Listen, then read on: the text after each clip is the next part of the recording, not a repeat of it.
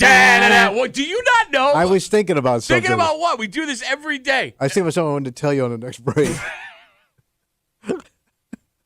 It's a Tuesday morning in the break room, Rochester's Classic Rock 96.5 WCMF. How's it going, buddy? Pretty good, buddy. What's going on, female buddy? Doing good, buddy. Going to be another effing hot one. Yeah. In Rochester today, currently 68 degrees. Going to get up into the high 80s, could be diddling 90, depending on where you are. And if that wasn't bad enough, what? Are we getting wildfire smoke? Is that what? Oh, is that what this is? That's what the I'm wondering. Canadian. I think that's why it was a little hazy out yesterday. Okay. And this morning even already, because it smells like wood chips. It does. It smells like somebody's smoking a chicken. Yeah. It sucks, because I know this is like bad for us, but I do love that smell. It does smell really good. Right? It's like, It's like a campfire. early death. Yeah. All right, this is great. Thanks a lot, Quebec.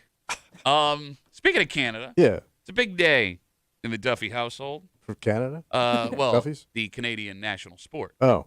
So for those who don't know, I think I got enough time before my daughter gets up.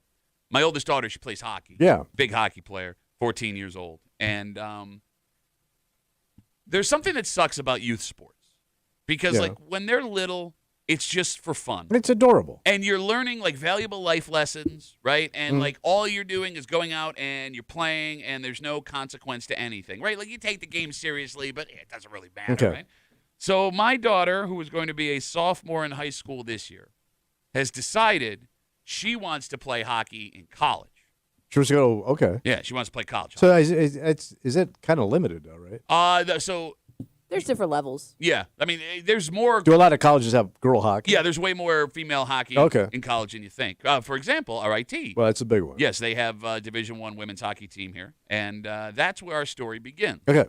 Because I love my daughter, I know you do. and she tries really, really hard. Y'all make But a lot I'm of sacrifices. about to crush her. No, I'm not. No. All right, Kimmy, how do I put this?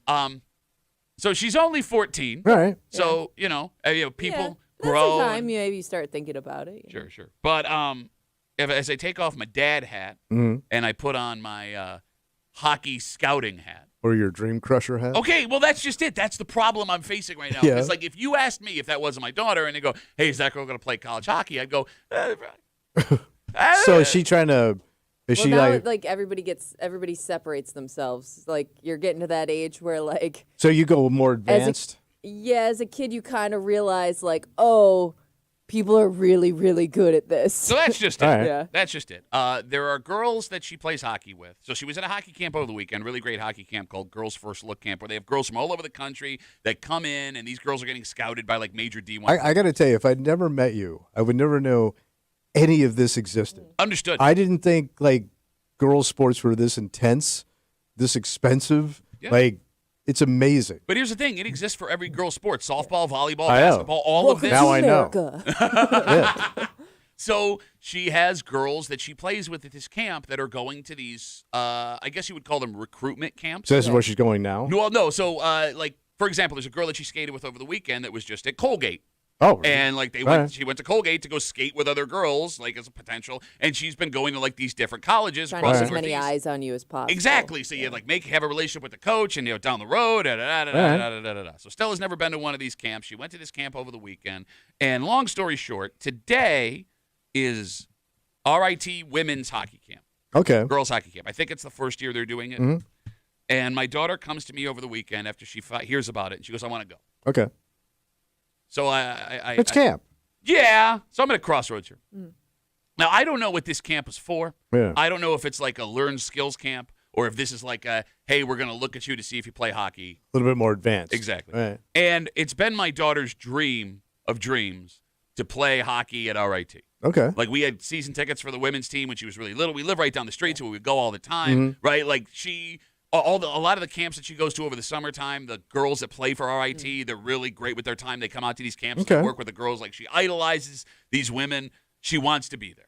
And she is all excited to the point last night where she's breaking down what she is going to do to try and separate herself. Okay. So she this can is get great. noticed. Yeah. I mean, this is what you've been building towards, isn't it? I don't care. I mean, not that I don't care. I don't care if she plays college hockey. Like, it's if she does, great. If not, it's not like I'm going to be like disappointed. I mean, the amount of money and time you've invested in this. Yeah. I'm kind of thinking I want to see a payoff. But Well, that's like there's- every parent of a kid who plays sports, right? I don't know. I mean, everybody's you have to invest a certain amount if your kid just wants to participate at this point. No, you're right. You're right. Look, here's what I'm getting at. Right. I am worried that my daughter has set her expectations too high for what the actual potential outcome eventually will be. So you think she's going to get her emotions crushed? Well, not this week. No, not for a little bit. But I think what does that she's still in the dreaming age where, like, you feel like it's still possible. You know, like, give it another year, junior, senior year, that's when you're kind of like, okay, it hasn't happened yet, so it's not gonna. Okay, see, here's my other fear. Because, like, that's around the time you're going to start looking at schools, and if they're not looking at you, Understood. You're kind of, you know the deal. I get what you're saying, but the problem is she's a lot like me, like where she thinks like it's all I have to do is just go get it, just show up. Yeah, no, that's not what I meant, you idiot. Like turn it on. Anything is possible. Okay, well, right? that's what you got to feel like. Okay, be a success. Like when I was 15, 16 years old, I was doing stand-up comedy thinking I was going to be a famous stand-up comedian. Yeah. Everyone told me I was wrong, and I was like, hey, you got time? I'll show you, and I went out and did that. Like you said, like Kimmy, eventually it's going to start to separate. Yeah. Like I thought after like this last weekend, it would like dawn on her. Like, hey, Yeah. And it didn't. So I guess you just got to let it run its course. So what point do you stop letting it? Like I said, it kind of takes care of itself because, again, like she's either going to be able to play or she's not at that level. You got to make the team. You got to have somebody recruiting you. So here's my biggest fear, if I'm being honest. All right. Kimmy, you remember that kid in high school that played sports that wasn't all that good at sports, but they made sports their life? And like they the didn't, gym class heroes, as they called them. And they didn't get recruited and nothing. Yeah, they all do happened sports for radio. them. But that kid spent like the rest of their life being like, it's all politics, man. I couldn't. Yeah. So it is amazing. Something. I'm sorry. It was amazing how many times I met girls that always told me, I was being looked at by so and so's school for softball or basketball, but it didn't go anywhere. Yeah. They were just looking at me. So I'm wondering, like, is this what that was? Well, and you went to that camp. I don't know. It's and possible, bombed. and that's just it. Is there a lower?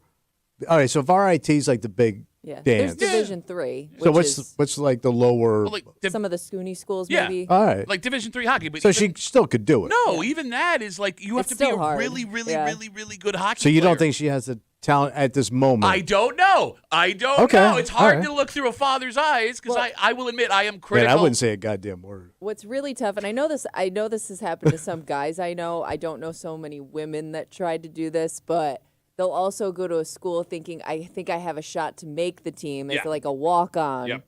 And now you've committed to this school where I'm locked in now, so if I don't make the team, are you going to, like, change schools? Or are you going to, like, what are you going to do at that point? That discussion happened last night, too. Oh. But 252 WCMF, my daughter's going to RIT women's hockey camp, and she thinks that she has the chance to play Division I girls hockey, and she's 14, and I would love for her to accomplish that dream, but, who knows? At this point, maybe, I don't know.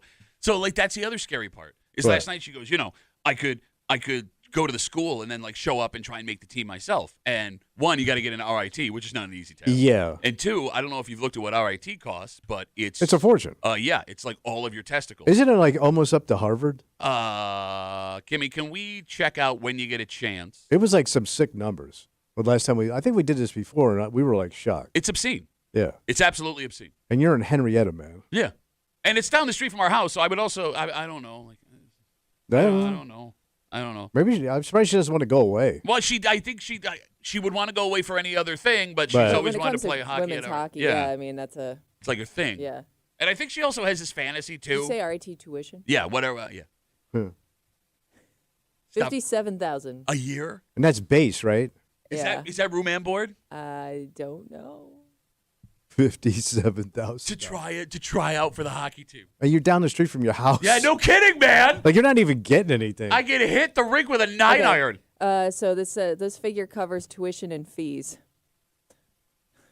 So that's not counting for room and board, books, and other expenses. So that's just it. Like when you say like let it all play out, right, and see what happens. Well, no, like. At some point, somebody has to have a discussion and be like, look, this is the real-life consequence of the road you want to try to go down if it doesn't work out. And that's a lot for a 14-year-old to take in. Understood. And I don't want to be that guy that, like, takes dreams away because, as you know, I do believe Hold fast to dreams, for if dreams die, life is a broken winged bird that cannot fly. Hold fast to dreams. Okay. I believe in that. Feel bad for that bird. Because he cannot fly. Oh. Because he has no wing dreams. 252 WCMF, 252-9263. My daughter starts RIT women's hockey camp today, and she believes that she is going to play Division I women's hockey, and I want that dream for her. But that is a tall order. Yes. Tall order. All right. And at what point, as a parent, if you have a kid that plays sports, I mean, do you pull them aside and go, hey, maybe XYZ? You know, world needs ditch diggers, too. That was a joke from Caddyshack. I'm not saying that about my daughter. 252 WCMF, Pete's on CMF. Hey, Petey, how are you, buddy? Duffy, don't crush her dreams. She could be the next Josh Allen of women's hockey. Okay. But, like, you know why the Josh Allen story? Now, for those who don't know, Josh Allen, unrecruited. It bounced around. Yep, had to go to a junior college. One offer from Wyoming, ends up being an NFL superstar. You know why that Josh Allen story is so remarkable, Pete? Why? Because it never happens. Right? It's like people are like, oh, well, you know, that girl got perfect score on her SATs and she got into every Ivy League school. It's a story because it never happens, Pete. You can't bank on my daughter is the Josh Allen of women's hockey. She could be. Okay. I'm not saying she is, but give her a shot. All right. We're going to give her a shot, Pete. You've inspired me, buddy. Thanks for the call. I really appreciate There it. you go. I am you so- didn't think of that. I'm so scared. Give her a shot. I'm so scared right now. Yeah. This is horrifying. You don't understand, Well, man. I kind of thought she'd burn out on this when she started like getting interested in boys and dating and fashion and makeup. What? Boys and dating. Fun fact: girls do both these days, Tommy. I know, but like, They do. They can put on makeup and play sports. okay, wise ass. I'm just saying that when the interest started, you're interested. Her whole life was hockey, but once you get a boyfriend, you got less time. I think that's every parent's nightmare, though, right? Like your kid gets too wrapped up in like a relationship or something. But it's and they gonna lose happen. interest. Well, no, I mean, don't know. the boys come to the games. Like the teams that she the teams that she has played on, the boys will come and watch the girls they like play Man, hockey. that's a new evolution of boys that didn't exist. So, no, I mean, There's a boyfriend section. I dated a girl who played basketball. I went to her games when I was in high school. Yeah, but you're a perv. For his girlfriend? Can we keep in context who we're discussing We're right now? talking about your old girlfriend. No, we're talking about my daughter. No, I'm saying other daughters from previous Pervy generations. What are you, John Mayer, all of a sudden? 252 WCMF. All right, so we found out that RIT costs, what did you say, $57,000? Before. I got 57 or 59. I don't know. Around 60. Call it 60G plus. Yeah. Let's talk. That's just, tuition and fees. Let's talk to Tara. She's on CMF. Hey, Tara, how are you? Hey, good morning. How are you? Good. What do you got? So your wife's a Rochester regional employee, right? So you Yes. automatically qualify for a 40% tuition discount at RIT. Damn. Oh, all right, fine, no problem there. Now I'm only spending $40,000 a year. Pretty significant. I mean, I mean, it's better than nothing. okay. No, nothing would be great. Hey, Tara, you got kids? I do, 5. Okay. Five kids? How old's the youngest kid? 2 19-year-olds. All right, so you've gone through this whole adolescence phase. I'm sure your kids had dreams that were borderline unattainable. As a mother, do you let them figure that out themselves, or do you have to have like a directional discussion to try to get them into real life? I think you have to be realistic, right? Yes, this could be your dream, but if your dream doesn't pan out, right, and you can't go to that school, you have your heart set on what's your backup plan. Okay. Well, no, but see, you believe the opposite, Tommy. You're a burn the boats kind of guy. Yeah, no backup plan. Because that you'll never push yourself. You have to have a backup No. plan. It doesn't mean you're not going to push yourself. You're not, because you've got a backup plan. If you have no backup that's plan, not true. Tara Tommy, said did you go to college? Oh, you dumb! Tommy didn't have a plan, period. no, I had zero plan. That's how I ended up here. Exactly. That's why he's living in his wife's house, right? Yeah! I'm actually on Tommy's side, but you're stupid, and you're poor, and nobody loves you. Tara, thank you for the call. I really appreciate it. Have a great day, guys. There goes Tara. I love that, too. Like, I mean, 40%, that's a pretty significant discount, but it's still like $40,000. A chunk of change. I mean, it's a lot of money. Yeah. Right? It's a salary. It's a lot of loans she's going to have to take out because I got plans. And you know what the worst part is, too? What? Like, I'm not going to lie to you. Like, I am very proud of my daughter for even having the aspiration to want to go do this, right? Because, like, getting a college education, whether or not you're doing it to play hockey, it's a big deal. Yeah. At least to me, a guy who went to college for 14 days, community college Yes. for 14 days. But I have also allowed myself to, like, think like maybe she could do this. Right? And like have this fantasy of me being in like the Policini Center where they play hockey, like wearing my daughter's RIT jersey, like, well, yeah, it's my daughter out there. Right. So like I don't want to get sucked up in the fantasy. You know what I mean? Because I found myself like going to sleep last night thinking about it. Sometimes I think it hits that kind of fantasy hits parents more than their kids. You ever like, 'cause you know those parents that have almost bigger dreams. Like they see their kid play in D1 and their kid's like, nah, Dad, I'm not gonna do that. No, you're right. I mean, look, your dad went through this with your brother played Division I lacrosse. Yes, he did. Yep.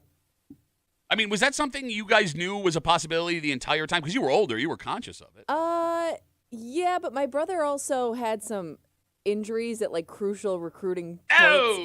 He tore his MCL or ACL when he was like a junior in high school. So I think that kind of put things in perspective for both my dad and my brother, because at that point it made it much harder to go to the next level. Understood. Hmm. Whoa. It's too much to take in, man. I'm telling you, man. Like These kids are too much. Nobody tells you all the little complicated roads you're going to have to go down, because I don't want to destroy my daughter's dreams. No. Right? And I do appreciate how hard she's working. I'm very proud of everything that she's doing. All right. But, like, I don't want to see her put all her eggs in a basket where if 2 or 3 years down the road, it's like, yeah, somebody looks at her and goes, yeah, there's no chance it's going to happen. All of a sudden, her world just collapses. But then again, like, is that my job as a father? Or am I supposed to let her figure that out herself? But that's probably a life lesson she's got to teach herself. I don't know. Right? I don't know. Where's your backup plan, kid? Tara had one. Yeah. Look at her. 5 kids talking on the radio. As opposed to no kids talking on the radio? Yeah. We got a dynamite. Listen to Tara cut a break up for you this morning here on CMF. It's Tuesday. You know what that means. Oh, were they recruiting in the hood? We got Kimmy's got her post. Not your hood. Kimmy's got a post on the neighborhood app. She's going to read it out loud. We're going to listen. Have to listen. Because there are little clues in that post to figure out where they whine in. Set your phone alarm, 9 o'clock this morning, or stay with us the whole time. I mean, staying. What's What was that? What? Staying with us the whole time might actually benefit you more. Why? Well, we have tickets to see Paul McCartney. Damn. He's coming to Buffalo in November, and we will get you a pair of those tickets before 9 o'clock. Sometime between now and 9 o'clock this morning, we will get you those Paul McCartney tickets, so sit tight on that, plus a whole bunch more. But first, Tommy. Yeah. You know, we're talking about what it costs to attend college. Dear Lord, baby G. Mm-hmm. Ho, ho, ho. Who's got it? You got to try and save money wherever you can. Good luck. Well, look, you know, there are people that think buying labels, spending the money on a logo for the stuff that they buy is important. Okay. There are other people that decide this stuff is just as good without the logo. You're damn straight. That's right, except when it blows up in your face, both literally and figuratively, because there are people who tried to buy something saving money at Walmart that now are blind.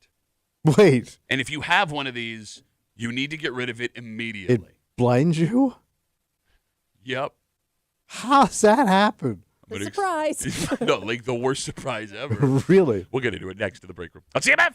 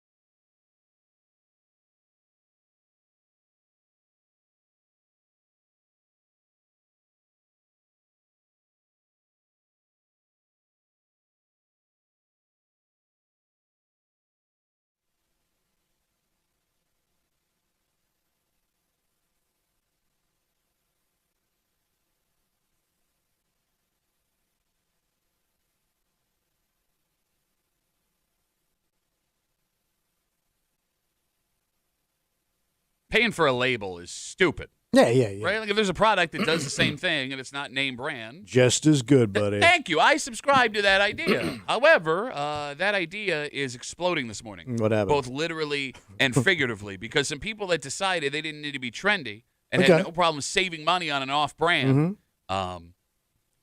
some of them we'll never see again. This is horrifying. You're hanging out in the break room, Rochester's Classic Rock 96.5, WCMF. Just after 6:45, we know that going too fast will get you a ticket. Yeah. We also know that going super slow can get you a ticket in The certain minimum places. speed. You got it. However, there is a third way. When you are driving on the highway, you can get a ticket. And this is a fantastic law if they ever enforced it ever.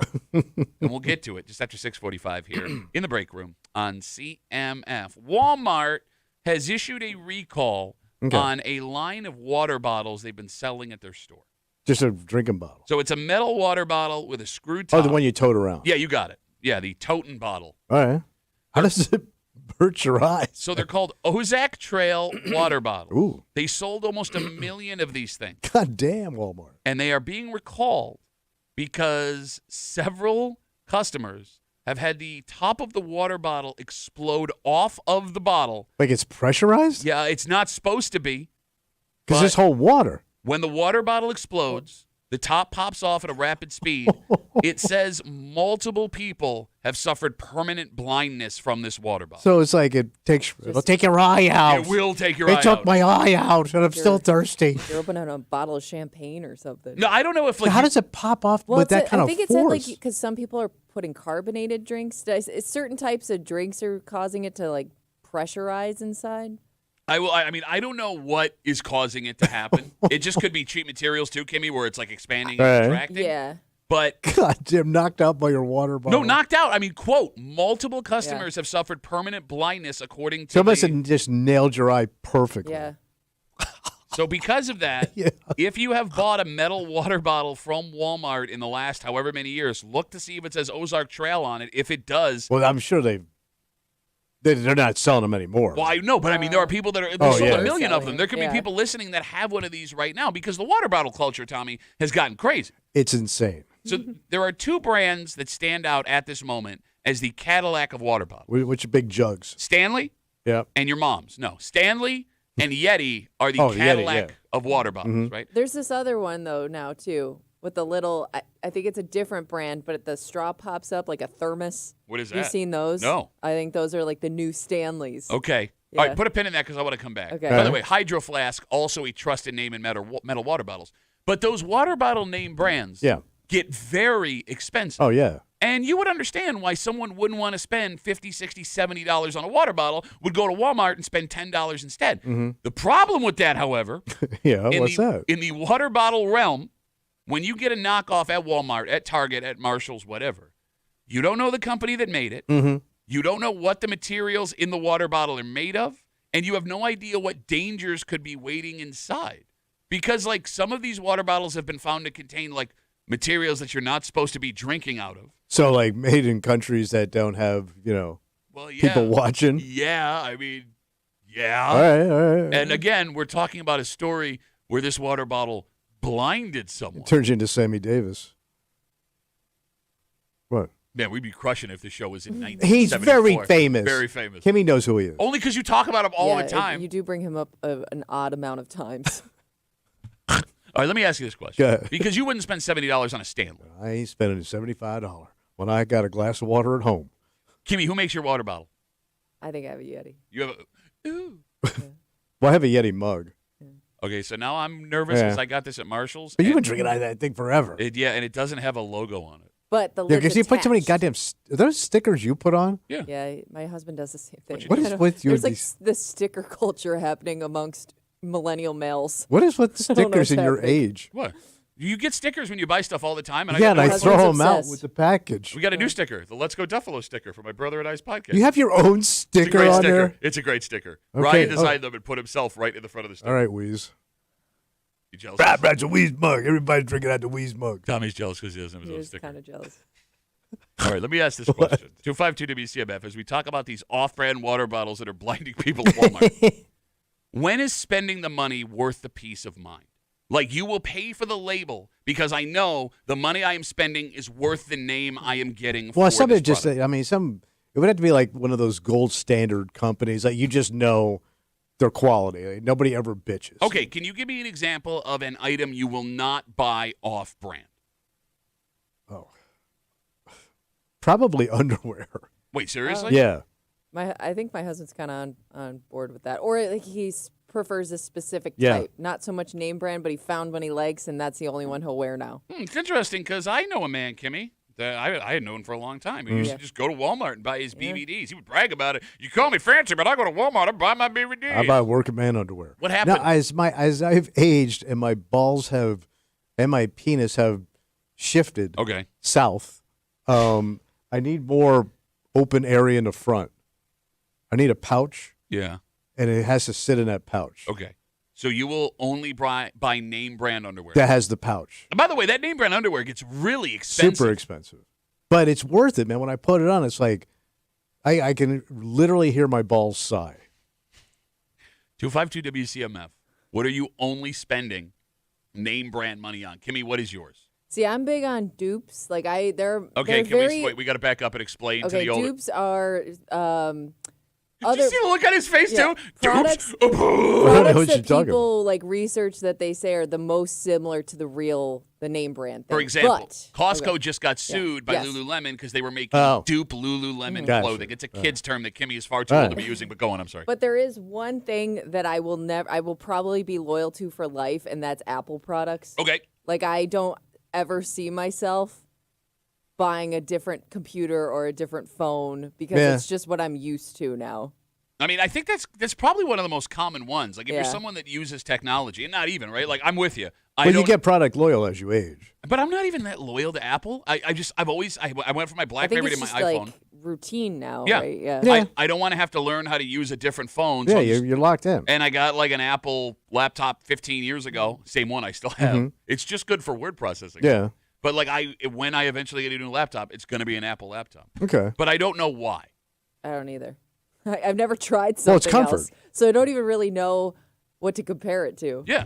Like no, but I mean she's right. There could be another product that's less expensive and better, but I'm never going to know because I'm just going to keep down this lane. Yeah. I mean, it's like food. I mean, people probably get like food products, all that stuff. But the food one makes the most sense because like when it comes You could die. Exactly. Yes, right? Like, well, no, And the taste. Well, and the taste, you're gonna know right away.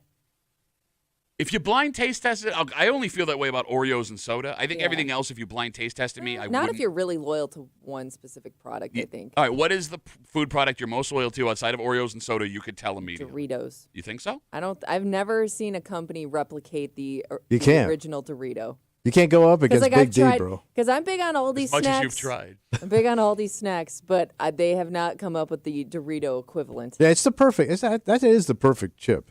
It doesn't need anything. No. You could just No dip. eat a bag of Doritos and you're satisfied. No, I'm not arguing Doritos. I'm just saying I think in a blind taste test, I don't know if you gave me like a nacho cheese chip versus a Dorito chip. I don't think I can tell the difference. I don't know. Not a huge I Dorito. don't know. Okay. Like you would know. You haven't had. When's the last time you ate a Dorito? God. When did Obama get elected? Probably before that. Yeah, probably. 252 WCMF. We started this conversation.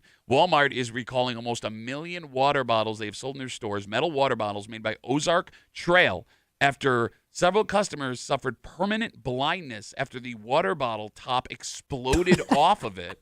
And we're talking about where you're willing to spend the money, because you can get a trusted name and water bottle in Stanley or Yeti or Hydro Flask, but some of those water bottles cost $50, $60, $70 a piece.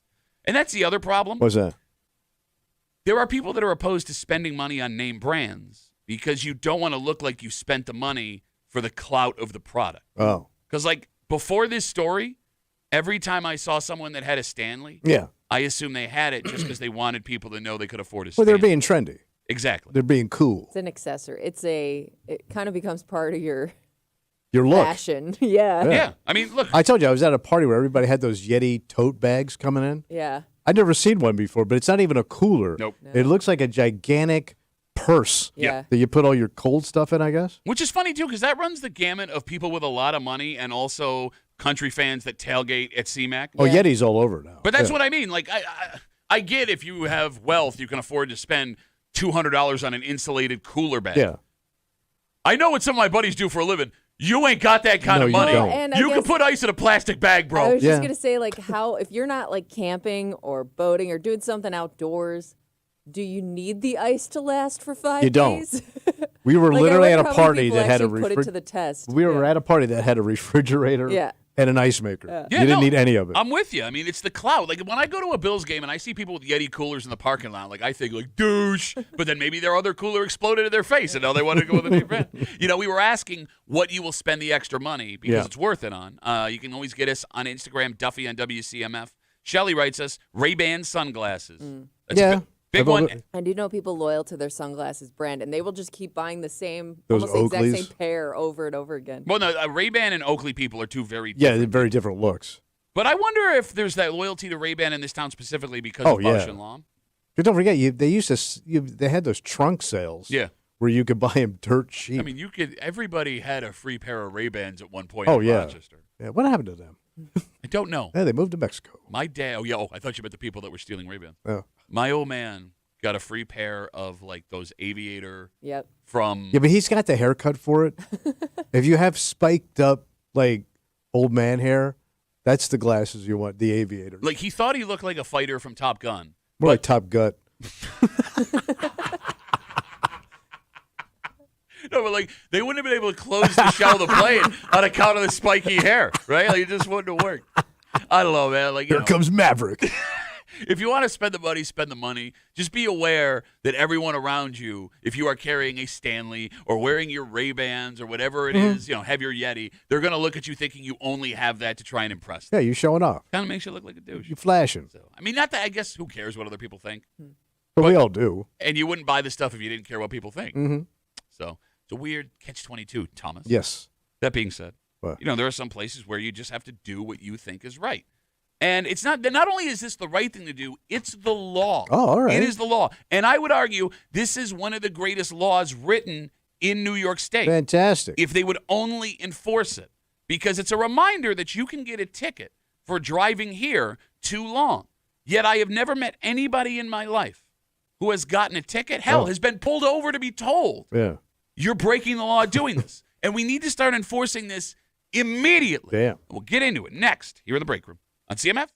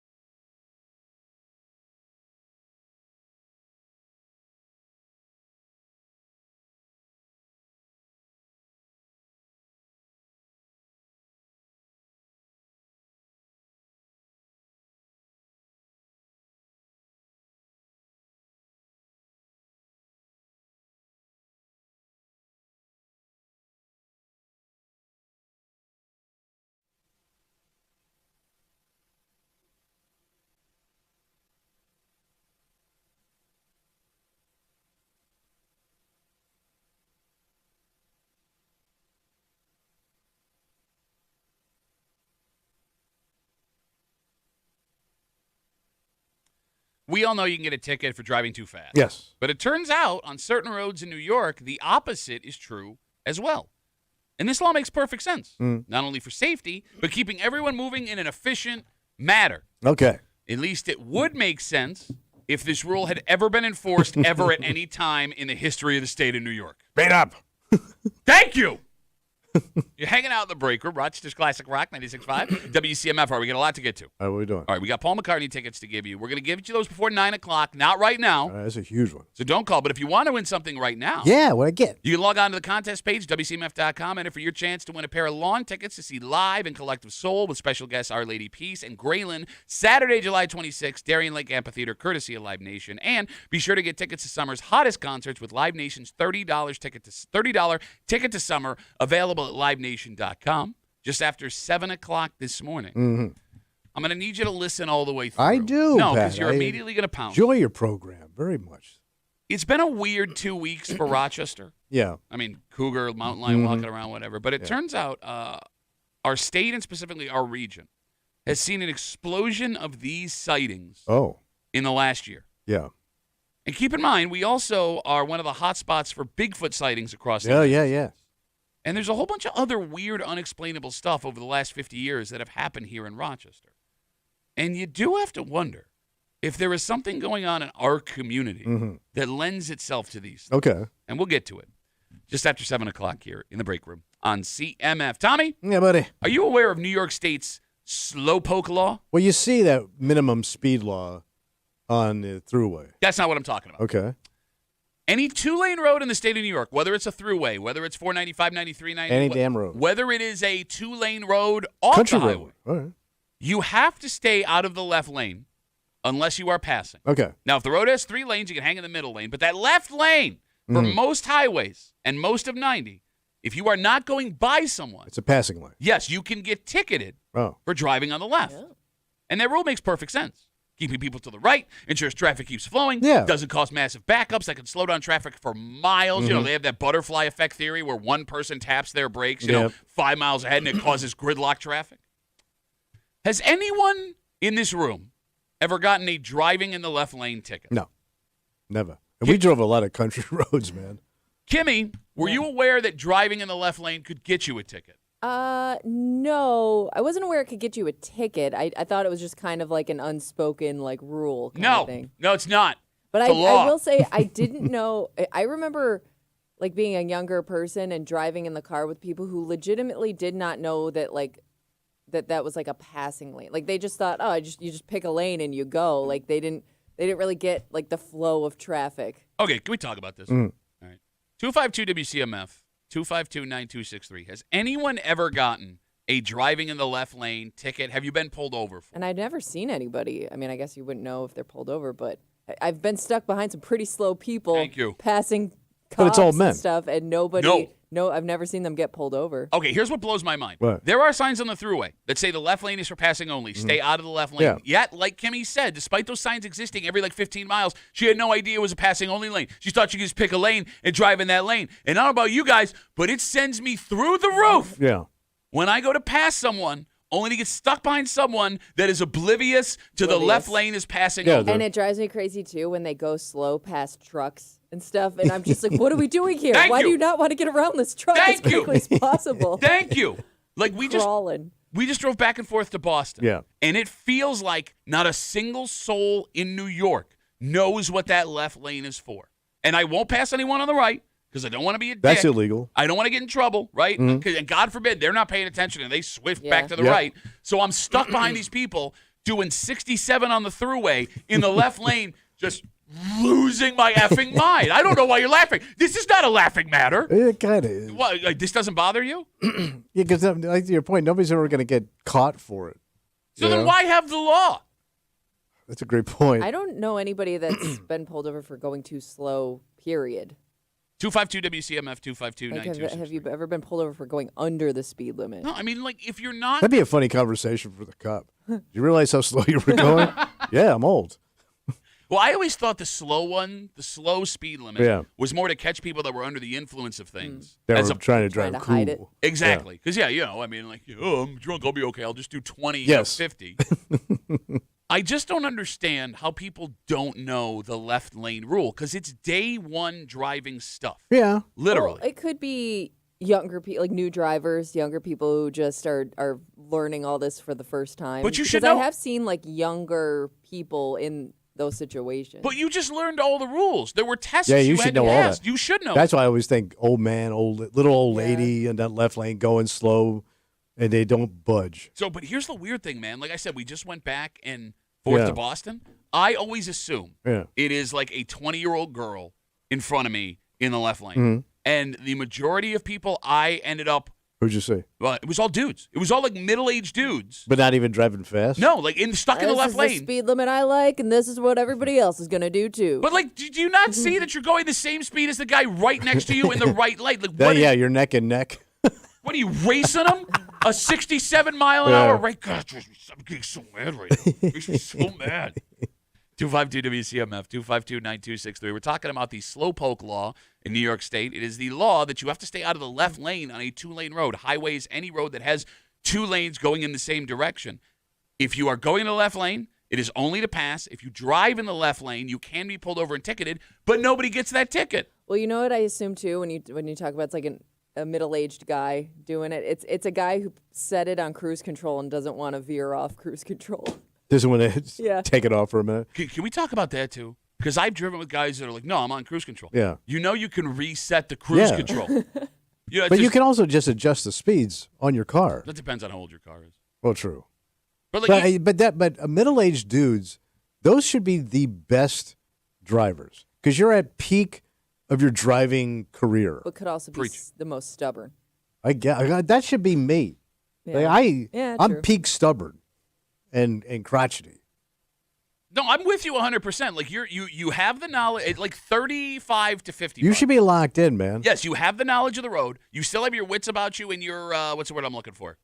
Faculties. Like, reflexes. Yes, Yeah. all that stuff. Like you're right. You are at the NASCAR driving point of your driving career. So just do the right thing, you dick, and get the F out of the way. Well, that guy's also going to get more stubborn or pissed off. Probably go even slower though once you start like getting on his ass. You know. Oh yeah.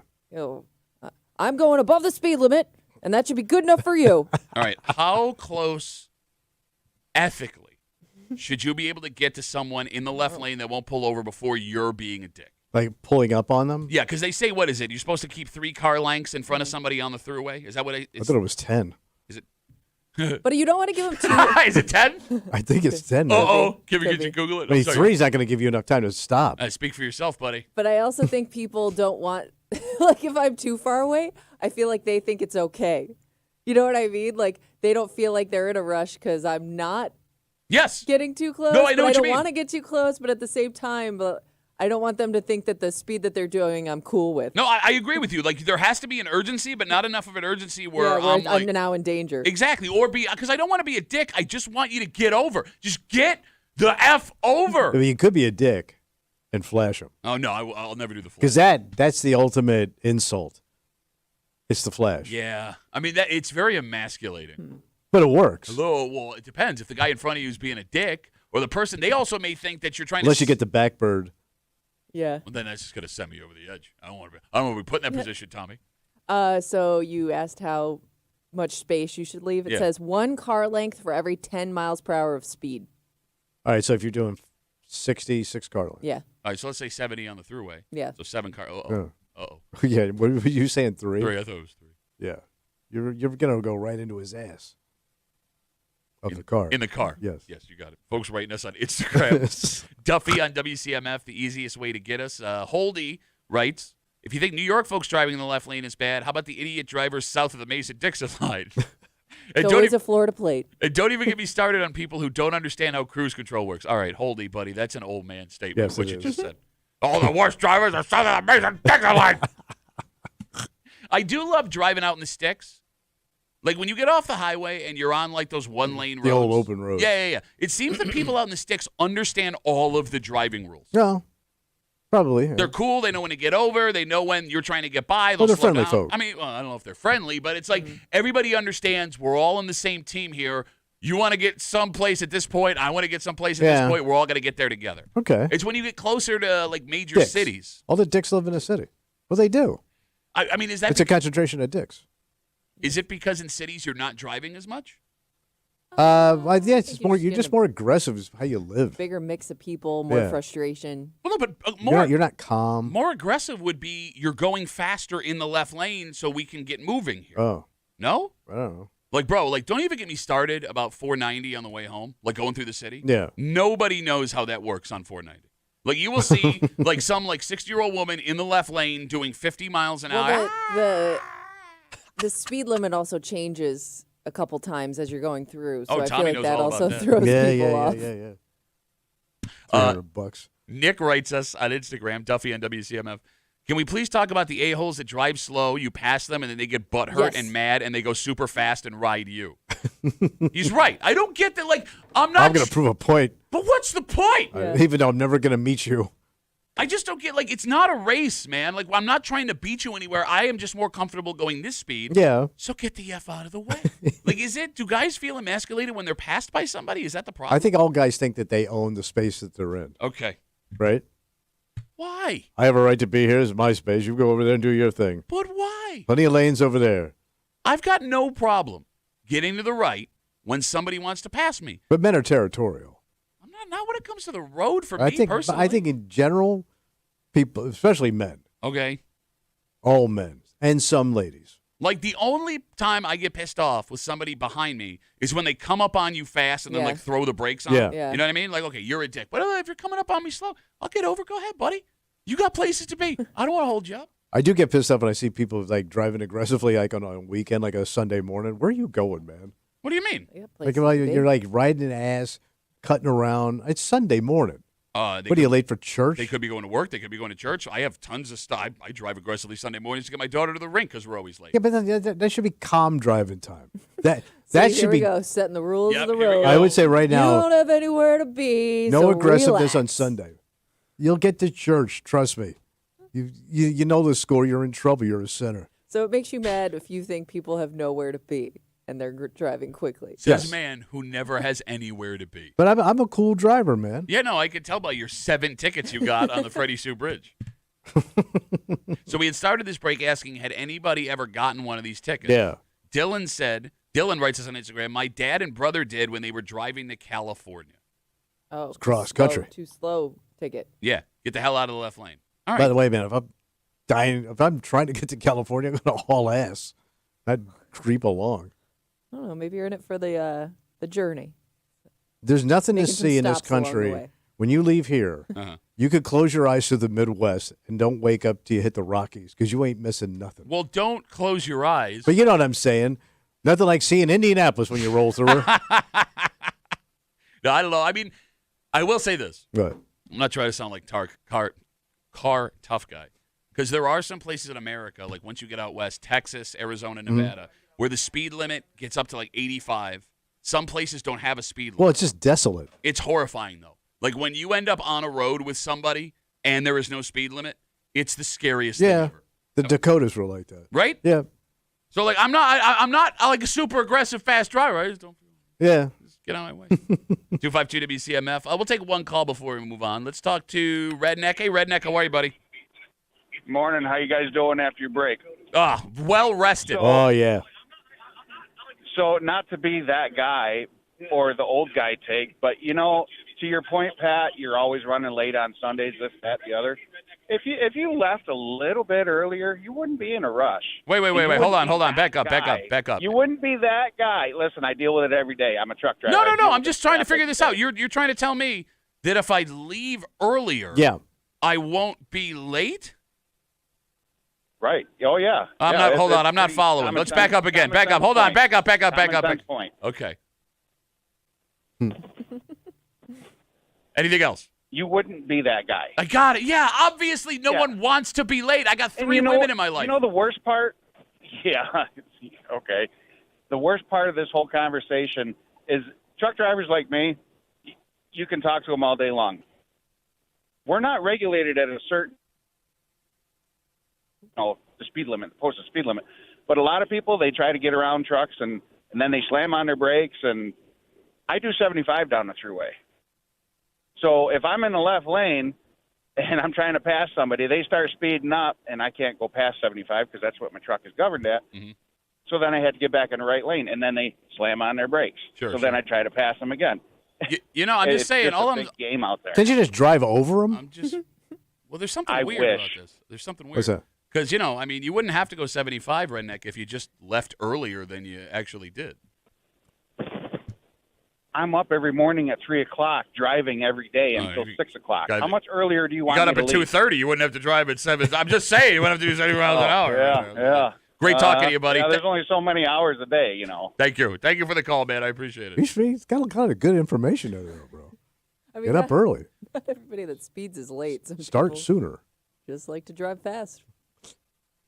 Let's take a break. All right. All right. Look, this is legitimate information. Whether or not you believe this is what these people saw, they believe it. All right. And there has been an explosion of sightings of these, not only statewide, but in our area over the last So this is year. something we need to be on the lookout for? Well, look, I don't know. It all depends on what you think is real. And Well, can they hurt you? Doing this right now. I'm not sure. Yeah, I don't. What is that supposed to be? That is like an animal hurting you. Okay. If you're watching the live stream, you can take a look at what is that Tommy. A bird? Snap. Chicken? Mouth, maybe. Rochester's a weird place. Oh, yeah. And I don't mean as in like the people that live here. I mean as in like things that have happened around Our here. history? Unexplainable things. And the increase in this, maybe we need to have a discussion about what could be possessing this, the other sightings we have around here, some very bizarre stories we've had in our area for the last 50 years, and what we might be most famous for when it comes to crime. And we'll get into all of it next here in the break room on CMF.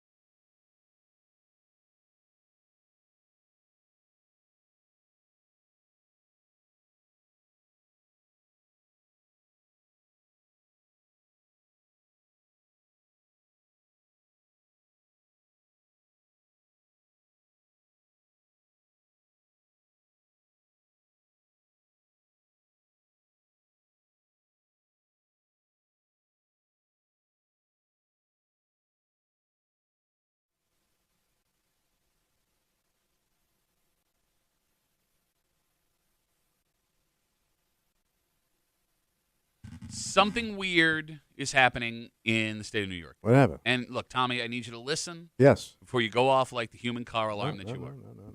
Because sightings of these have exploded in our area over the last 7 months. Okay. And when you add that to the fact that we already have a bunch more than average sightings of this other thing, if you're someone who believes in this stuff, maybe there is something about where we live that is attracting this more than other places. Okay.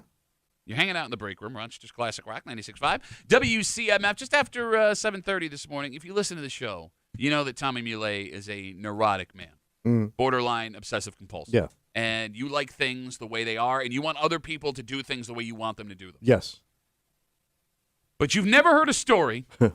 You're trying to manipulate a new neighbor into this. Yeah, that's why we're all get everybody on the same page. It doesn't matter in any way. It does. It does not affect your life in any way. Nobody else even notices this. It affects his eyeballs. It does. But you form like a multi-week plan. We'll get to it just after 7:30 here in the break room on CMF. The state of New York has seen a massive surge in UFO activity so far in 2025. UFO. The National UFO Reporting Center. They gather reports of sightings. Yeah. According to them, in just this year, there have been 66 UFO sightings in New York State. And it turns out Rochester has traditionally been a hot spot for UFO reporting. Yeah.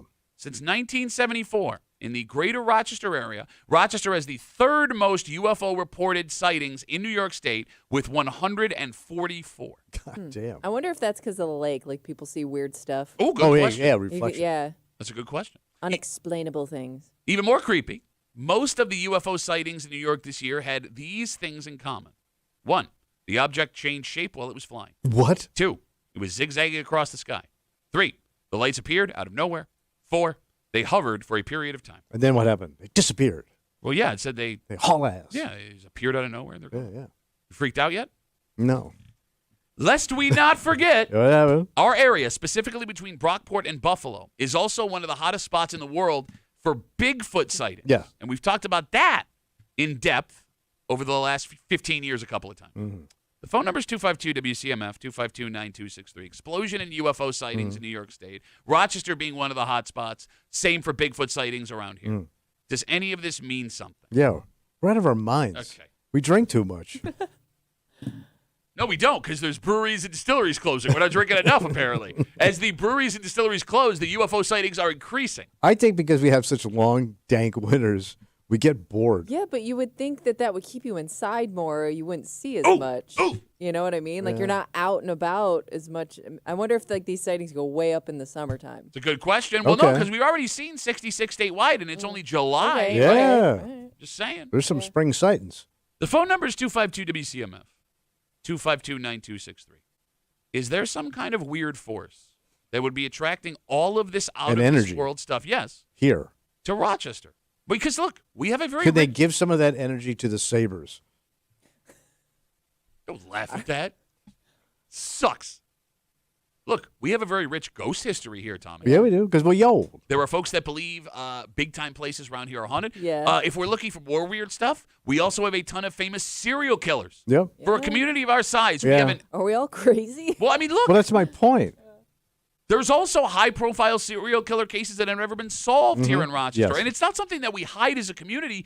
We embrace it. And to take it a step further. What? Even more bizarre, we live in an area that has been the founding spot for a bunch of religions and spiritual movements. The Mormons got their start around here. Who else? The Oneida community, Oh. founded in the 1840s, was a radical religious community that, to this day, gives us Oneida tableware and silverware. That's a true story. You can look that up yourself. Okay. Even recently, that Hollywood cult with the women that they branded, Yeah. that was that sex cult? Nexum or something. just Yeah. down the throughway. Yeah. That was going on between here and Albany. There's a lot of really strange We're stuff. horny and crazy. We all just love a good conspiracy theory. I mean, Is that- Kemi, explain to me how all of this weird stuff over such a long period of time happens centrally in our area. Explain it to me. Well, like you said, maybe it could be because we're all indoors too much and maybe have a little too much time on our hands in like the winter time. So Like the winters get long and you get a little stir crazy, so Yeah. you got to find something Your mind drifts. to focus on. All right. So, Tommy, I know that you do not believe in UFOs. No. You will never believe in UFOs. You don't think aliens exist, period. You think people that believe in aliens are stupid people. Yeah. Okay. Kimmy, is there a chance that what we're seeing here is legitimate? The UFO. I mean, I think people are seeing like unexplainable things that maybe they don't know how to describe, but I feel like if somebody who's smarter than us could look at it, maybe they could tell you what's really going on. So you don't think it's a spaceship? Or like people are seeing, like I think, was it last summer or something? There was a bunch of like drones over the lake that people thought were something else. But I think people think that they see something. And don't forget, too, you had all these factories for 100 years spewing everything into the air, water, and soil. What's your point? That could have gotten to your noggin, too, a little bit. Could have made you a little crazy. Yeah, you've been inhaling lead and whatever else chemicals was going on. Got that? What's he got all the chemicals blowing around? Dumb people, they're inhaling lead and other chemicals. Remember he had like some weird cancers like only showed up here? Yes, I know. I understand. Yeah, I mean, all that could go into the mix, but I don't think there's an energy here. Okay. No, because that doesn't exist. All right, there ain't no energy. 252, not in this room, 252 WCMF. What is more likely, with the knowledge now that we have had a boom in UFO sightings in New York State over the past 7 months, and that Rochester is one of the highest? Does the place we live have some weird-ass energy that is attracting all of this religious, alien, cryptozoological, murderous activity? Or do we live in a region where people are super gullible and they are willing to listen to people that tell them crazy stuff? Because that would be the only other logical argument. Gullible We city. suckers. Sucker City. Well, I mean, are we a sucker city? Welcome to Sucker City, baby. Are we a sucker city? Population U. Kitty, do you think we're a sucker city? Could be. I do know a lot of gullible people, but I thought that was just kind of like everywhere. Okay. What would be? I don't know why it would be central to this area. I don't think it would be a sucker city. I mean, that would be a city that would buy a multi-million-dollar ferry that they can't afford and lose it in a year because they said this will save your city. Or a soccer stadium that's empty. Sure. Or would embrace a man that's never done this job before with absolutely no talent, who can't read or write or speak English properly. You thrive off of Sucker City. Seriously, man. Like, what does that make you? You had the most success in your life when you got here. King suck. Yeah, you goddamn right you are, king suck. I mean, look, when it comes to the actual alien stuff, the last, 5 years, we've seen all this testimony in Congress. Yeah. We've had actual servicemen and women say they've come across things they can't identify or understand, so you're calling the Army a liar? Yeah, but they can't Why do you hate our troops, I think Tommy that's what Muley? it is. It's the mystery of it all. It's the fact that nobody can explain it. Yeah, so explain why you hate our troops. I love our troops. But they don't know what they're talking about. Oh, really? Oh, wow. So you're saying our troops are suckers. No, the troops Sucker are good. troop? Is that what you're doing? Sucker troop A, according to Tommy Muley? Sergeant Sucker. No, but even they're up there. They can't tell you what they saw. Yeah, but which is telling me. But they say it's something that they've never seen before. Yeah, but it could be a flash of light, something that's moving. But they never saw that weird thing moving in the sky. A vehicle where they're waving at you. It's sponsored. Why would the aliens have? How would you know what sponsor it was? Well, if there's aliens, they have alien businesses and they sponsor them. That's how they can afford to buy those planes. The aliens are capitalists? Well, yes, to a certain extent. Why? How do you think they afford all the fast planes and everything? So the aliens that don't exist are capitalists, and they have advertisements on the side of their ships that we would not understand. Right, because we never heard of that company before. So they're terrible capitalists. So that's why they don't exist. Okay, that's the dumbest thing I've ever heard. Look. Stick around. There are videos. Yeah. And there ain't no video where you go, oh, yeah, it's a spaceship. There are plenty of videos there's some videos where you go, I don't know what the heck that thing was. That came from the armed forces. I mean, look, man, I'm not a big alien guy either, but it's really stupid for you to Well, sit it's here. arrogant. It is. Yeah. Like, you have no background in this. No. For you to sit here and be like, well, let me tell you what this is, and then just flap your gums desperately. Just show me one. Show me a lug nut. Like, nothing ever falls off of these goddamn things. Well, how do you know what they're how do you know that they can be made of things that we can even understand? That's so amazing. Well, it's true. All right. You can't comprehend. It seems to me like you're scared.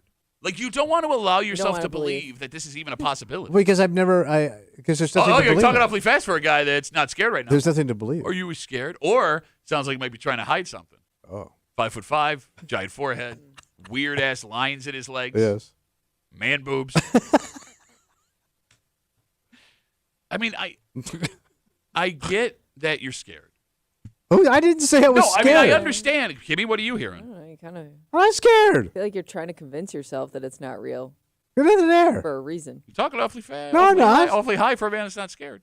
I mean, what would make you think that even if these aliens existed, they wished us ill will?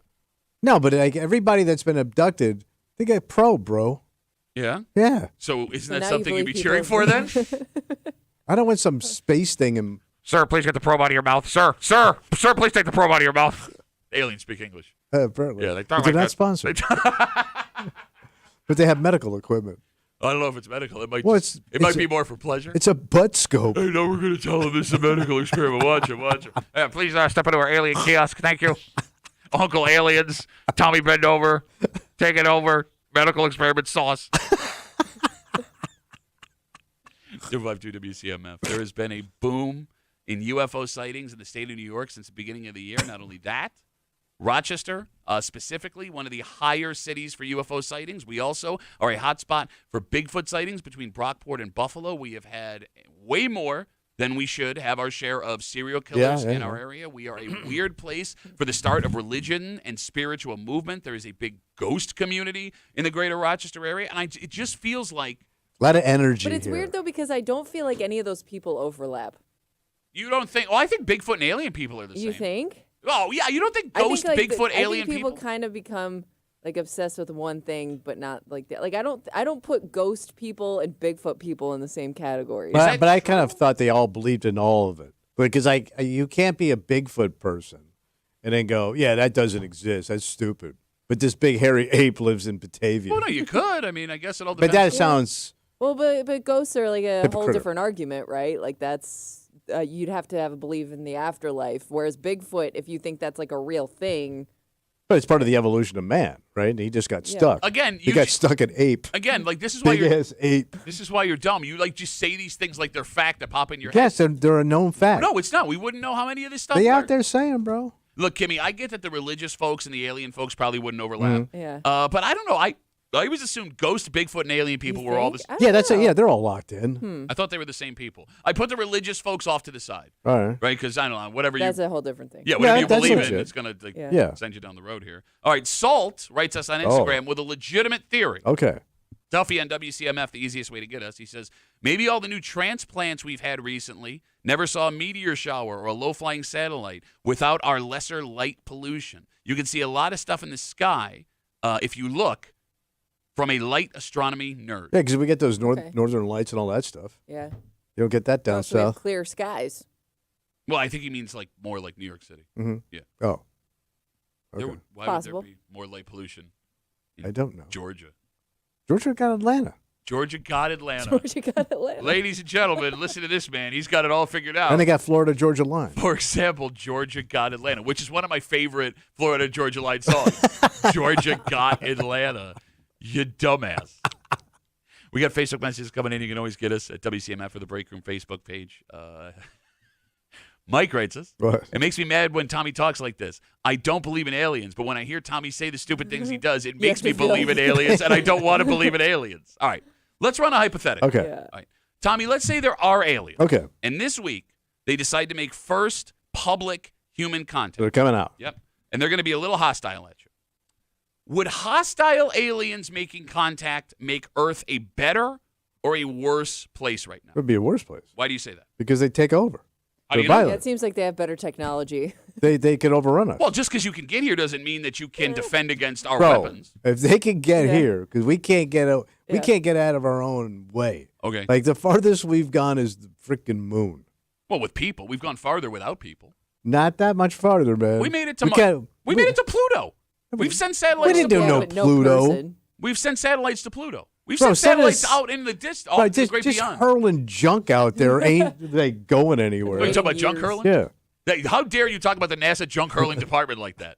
If aliens show up and they're pissed off, we're in trouble. Okay. Just ask Hollywood how that worked out. Kimmy, would you agree with that? I mean, I would think that they're not scared of us. Right. Okay. We're going to be enslaved Okay. So let me throw you an alternate theory, bud. and probed. Again, I'm not getting into your fantasies. I'm talking about a hypothetical situation. Take me. I'm the mayor of Sucker City. A lot of friction between nations right now. Yeah. Oh, yeah. But I am a firm believer, and this is a proven fact, that the best way to fix any issue is to find a common enemy. Yeah, you think everybody here could agree on what to do about the aliens? I will say this, but if they're hostile and you have to do something, yeah, I don't think I think everybody might have a different idea. I don't even think we could come together in an alien invasion and figure out what to do. You do not have. You have that little faith in mankind right now. Yeah. Says Queen of Sucker City. Because you would have to all right, so let's say everybody's the aliens gonna fight to push the button, you know. The aliens come down here, but they're attacking one of our enemies. Yeah. And then we think we're on their good side. Like maybe they're going to help us. No, but only you're dumb enough to think that. Yeah. Yeah, that's what I mean. You don't even hear me. You go, yeah. You think we're alien allies? Yeah, and then we slap some alien tariffs on them, 50% on aliens tariffs. I believe that a hostile alien contact would bring world peace. I'm not even exaggerating. How? Well, because they could push us around. You don't know that. Again, for Why a guy down that doesn't believe in any of this stuff, you got a lot of rock solid No, but theories your in logic is they've come down here and they're hostile. Sure, yes. What are they doing? Don't know. Maybe they think that they can take us, but have you seen this nuclear weapon, bro? Ba-boom. So like that alien pieces. So they're just walking around insulting us? Yeah, maybe. Yeah. It's from the Rickles planet. Will Smith shows up, punches him in the face. Welcome to Earth. Yeah, if they're pissed off, man, we're doomed. Can I just point out that Tommy believes none of this is true? Well, I am simply presenting a theory. Pathetical. I am simply presenting a theory, and you're getting mad at me for something that you believe is rock solid about something you don't believe in. We just have no faith in anybody. For That's God's all it comes down to. All right, let's take a break. Well, look, I don't even know why I argue with you because you're the weirdest human being who's ever existed. And look, man, I get you're neurotic, and Kimmy and I can be your friend despite that neurosis. But it's very rare you can get something to line up. Like all the planets are lining up, and I have a chance to pull this off. Nobody else notices this. I know, but I do. No, but nobody else does. It does not matter. It does not affect your life in any way. Yeah, but you're a junk guy. You junk up things. You know he's wrong because he's already going on the attack. No, I'm not attacking, but I know how you feel about these things. You are trying to manipulate a man that you don't know. But you just met. I'm going to help him, though. I'm a helping guy. This is for him. Well, him and me and my neighbor. We'll get into it, and we'll do it next here at the Break Room on WCMF.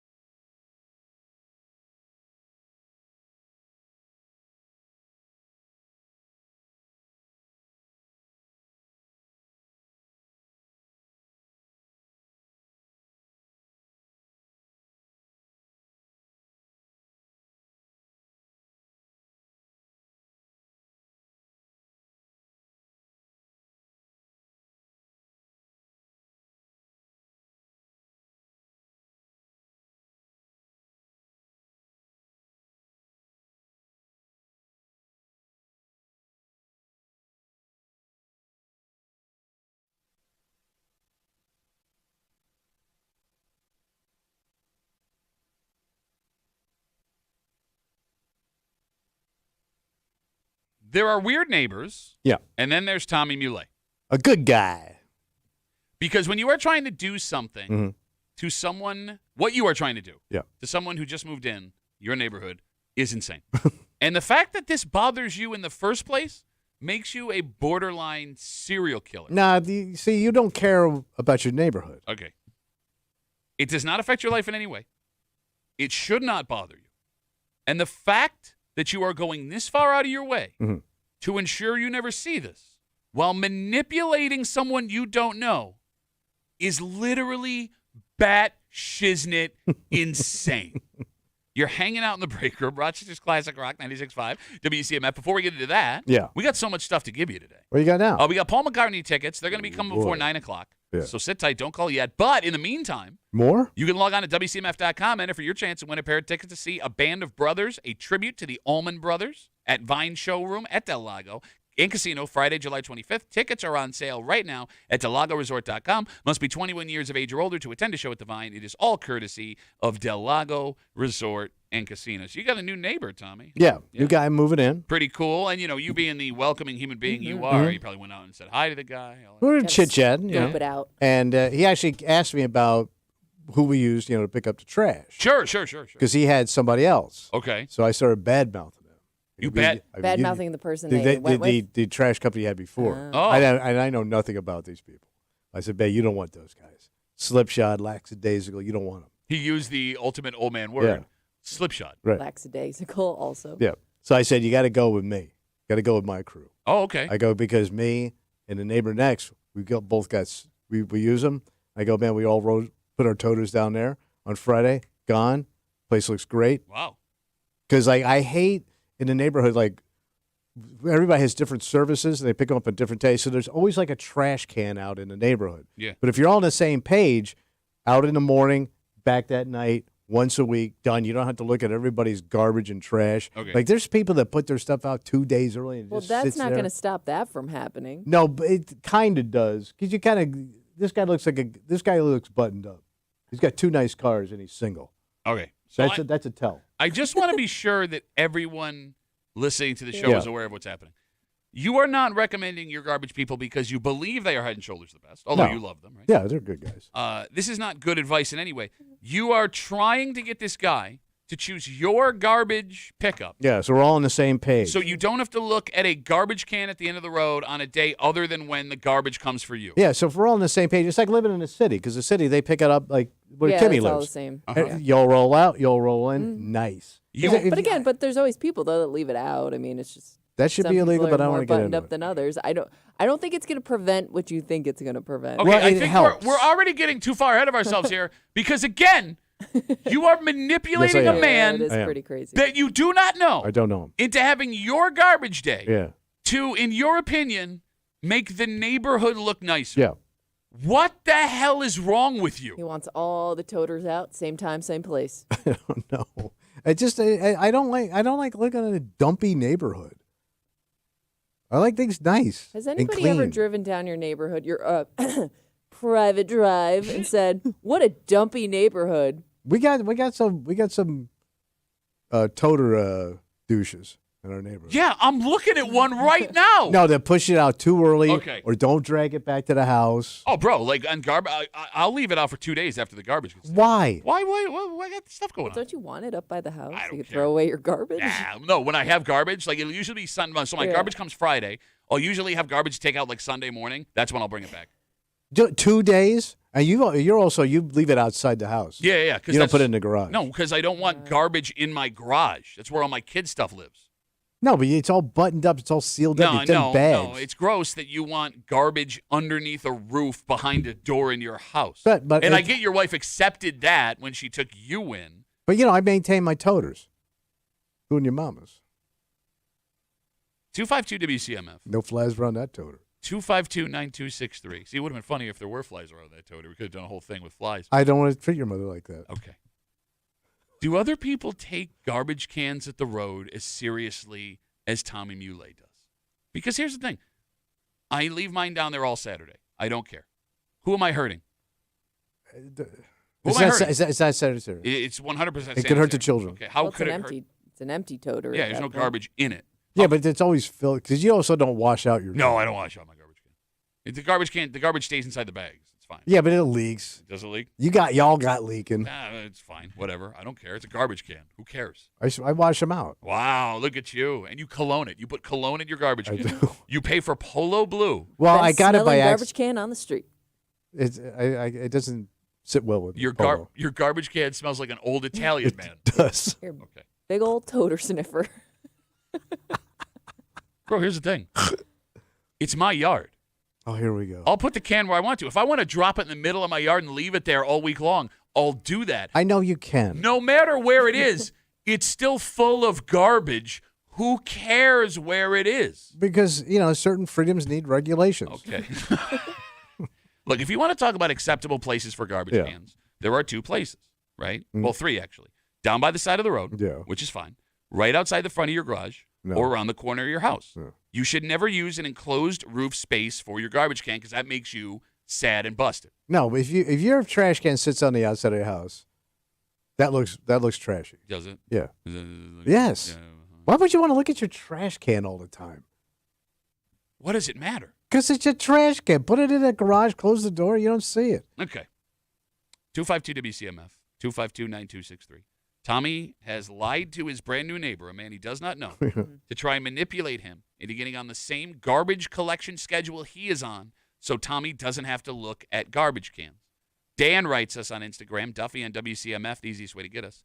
Tommy's exactly on point on this one. One trash day, he goes on, left my toter out for 24 hours once, and I still feel bad about it. Yeah.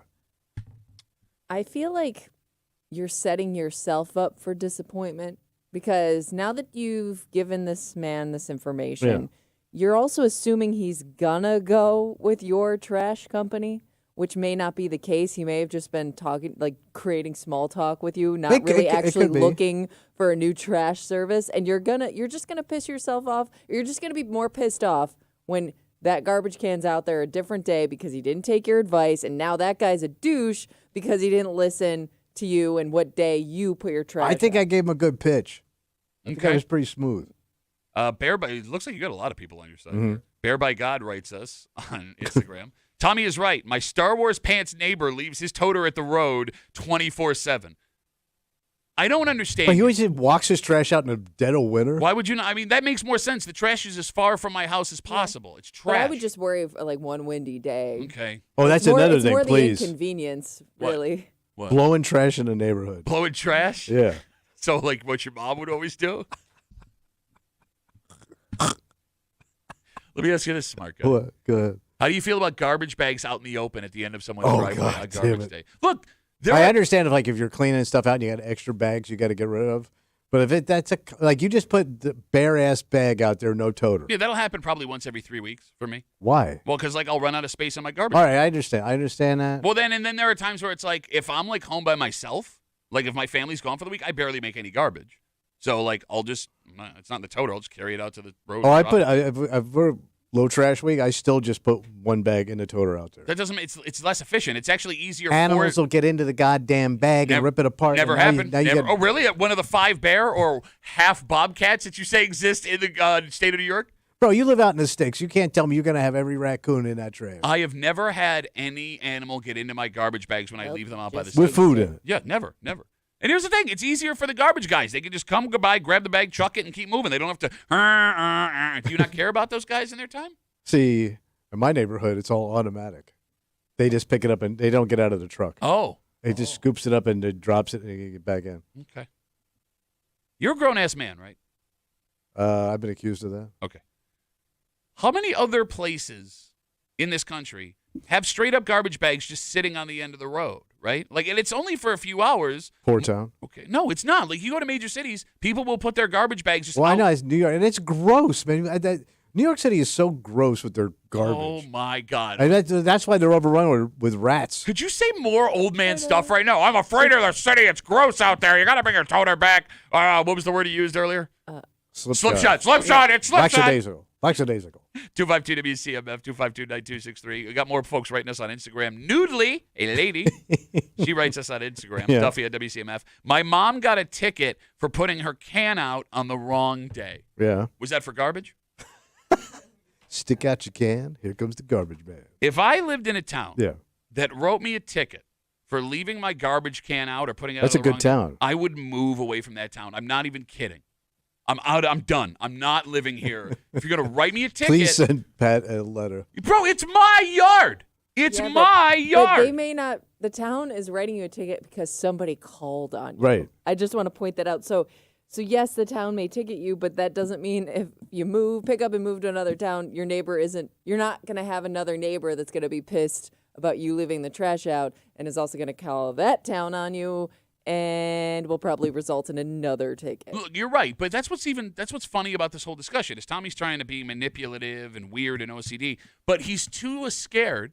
He's not man enough to call the cops or the town. You're not going to call the town. Well, no. You're sitting here. I'd rather slowly manipulate people. You're sitting here running your mouth, slipshod, lackadaisical, other old man words. You wouldn't have the balls to call the town. I'm not going to bother the town. Bother the town. Bothers you, clearly. It to the does. point where you're lying to a stranger who you're going to have to live near for a long time. But here's what I don't get. Like, you don't enjoy your house. I enjoy my house. No, you hate your house. I hate owning a house. You hate your house. Like, you don't sit out. Like, you have a beautiful deck back there. You have a beautiful backyard. Sure. But you never really sit down in it, pour a beer, and just relax and just look at your yard and your neighborhood and take it all in. No, I hate outside. I don't get it. What is the problem? Because it's how you were raised, bro. Well, no, it's not how I was raised. You couldn't sit out in your backyard. You get shot. I would sit on. We had a that porch. was just from your dad cleaning his gun.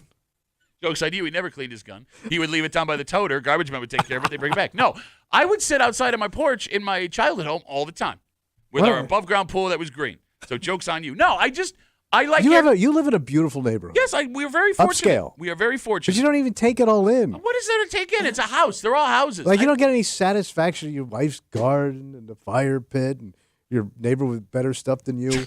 No, I love idiots like you, right? There are cities, communities that are beautiful. Every house in my neighborhood looks exactly the same. Every house in your neighborhood looks exactly the same. It's not art, man. It's suburban America. Like, you don't even It looks the same in every suburb. But it's more like enjoying your deck, or what you have, patio, or whatever, your wife's fancy outdoor furniture. Or you don't even like spy on your neighbors or see what's going on next door. None of my just like people. Yeah, watch. you know why? Because I have a life, man. I have things to do. Look at the sky for a little while. I don't know. I've seen Listen this to guy. the birds. Listen to the birds. By the way, I got a bird's nest outside my window now, thanks to my wife putting out bird feeders and her, whole Jurassic Park thing she's got going on every morning on the weekend, 6 o'clock. Can you get in trouble for killing a bird? Probably. Just don't talk about it. Okay. 252 WCMF. Tommy is manipulating his new neighbor by lying to him about garbage services to try and get him to get on his garbage schedule so he doesn't have to look at toters on days where his garbage is not being taken. Let's talk to Mark. Hey, Mark, how are you, buddy? Good, how are you, Duff? Good, man. What's up? I had a neighbor like that. He's passed away, but he goes, every garbage day, he goes, I can't believe we have 4 different garbage men on different days of the week. Why can't they all go to mine? Kind of like Tommy. And that guy died, so maybe you should change your ideas, Tommy. And then the lady made another mistake. She goes, I take a nap every day at 2 o'clock, so that's when I would cut my grass. You're just being a dick, Mark. You got to be a jerk to these neighbors. Amen, brother. Amen. Mark, thanks for the call. Have a good rest of the day. I don't know what the hell was that. Matt writes us on Instagram, Duffy at WCMF, the easiest way to get us. Our neighbor across the street will leave the toters out at the curb for days. All our other neighbors are aware, and we talk about it. Okay, dork. We don't know their names, but we all know who we're referring to when the guy who leaves out their totes. I've even seen them bring the trash down to the curb and still leave the totes. I don't get why that's a problem. Leave your garbage at the end of the road. Leave it. That's what you want to see all around your neighborhood all the time. What does it matter? Because it looks gross and grody. Bro, your face is in your neighborhood. But I bring it in every night. What if I stood out there all the time? Wouldn't have that raccoon problem. I have friends who they moved into a new neighborhood a few years ago. Okay. And when they moved there, I guess for whatever reason, they already had like the garbage cans. Those people left them behind, and I think they went with the same garbage service. They must have. So they had a neighbor call on them because they said they were left 2 garbage cans. So they were using both garbage cans and bringing them down to the end of the road. They had a neighbor call and said they have too many garbage cans. You ready? You that guy? You that guy? You can never have too many garbage cans. Oh, so you're fine with 2 toters? Yeah, but just bring them in. But you I've have 2 never toters? heard of that. Yeah, I have one for the garbage and I have one for the recycling. Everybody's got that. Yeah, I'm talking 2 toters they had, like, and a two- recycler. No. Two of the toters. That's 4 too many garbage I cans. didn't know that was an option. But, I would think a big family you would need to. Like, you probably could use 2 with all of, cooking and, what do you have, 7 kids in that house during the day? Yeah, no, it's You true. got to have a pile of trash. Well, okay, my wife has suggested going to Home Depot and buying like those like Rubbermaid garbage cans. I'm not doing that. No, but you could call the service up and they'll give you a second one. They just charge you for it. Yeah, I'm not paying for that. Why would I just had mine realigned. Why would I pay for something when I could just put the bag next to the kid? Here we go. No, I'm serious. What's bag the point? Boy. Bear bag boy. Here he goes. 252 WCMF 252-9263. Let's talk to Skylar. Hey, Skylar, how are you, buddy? I'm great, guys. Tommy would hate. Well, I don't live in a neighborhood. My house is surrounded by corn on 3 sides and a swamp across the street. Oh, so Tommy's mom is there. Pew! Those swamp Often, gases. yes. Yeah. She's not there right now, but she was last night. Anyways, my toters live by my mailbox. What? I'm shocked, Skylar. I do not take them in or up or any of that. I take the garbage down to the toters, and the toters just live right there. Swampy toters. Yep, that's it. All right. Great call, Skylar. Thank you for the call, buddy. Have a good rest of the day. We are crushing it on phone calls today, ladies and gentlemen. I'll move the load at 2 when she took a nap. I got swamp toters. Garbage cans, ladies and gentlemen. See, these are the people you bring out of the woodwork when you start talking your crazy ass backwards OCD manipulation. Leave your can where you want to leave your can. And I mean that in both ways. Okay. All right? Let's take a break. All right. It used to be when you went out to eat, you wanted the best quality possible. Well, that's the object, yeah. Well, no, because Kimmy brought this up like a year and a half ago, and it's a valid argument. What's up? When it comes to quality Yeah. versus quantity, there are a lot of people, Kimmy being one of them, that will choose quantity. And Over taste. Yes, and one company whose entire business plan Yeah. is based on that idea has a brand new offer for you. Oh, Jesus. We'll tell you all about it. How big is this thing going to be? You maybe can sound like Independence Day. Oh, my God. We'll get into it next here on CMF.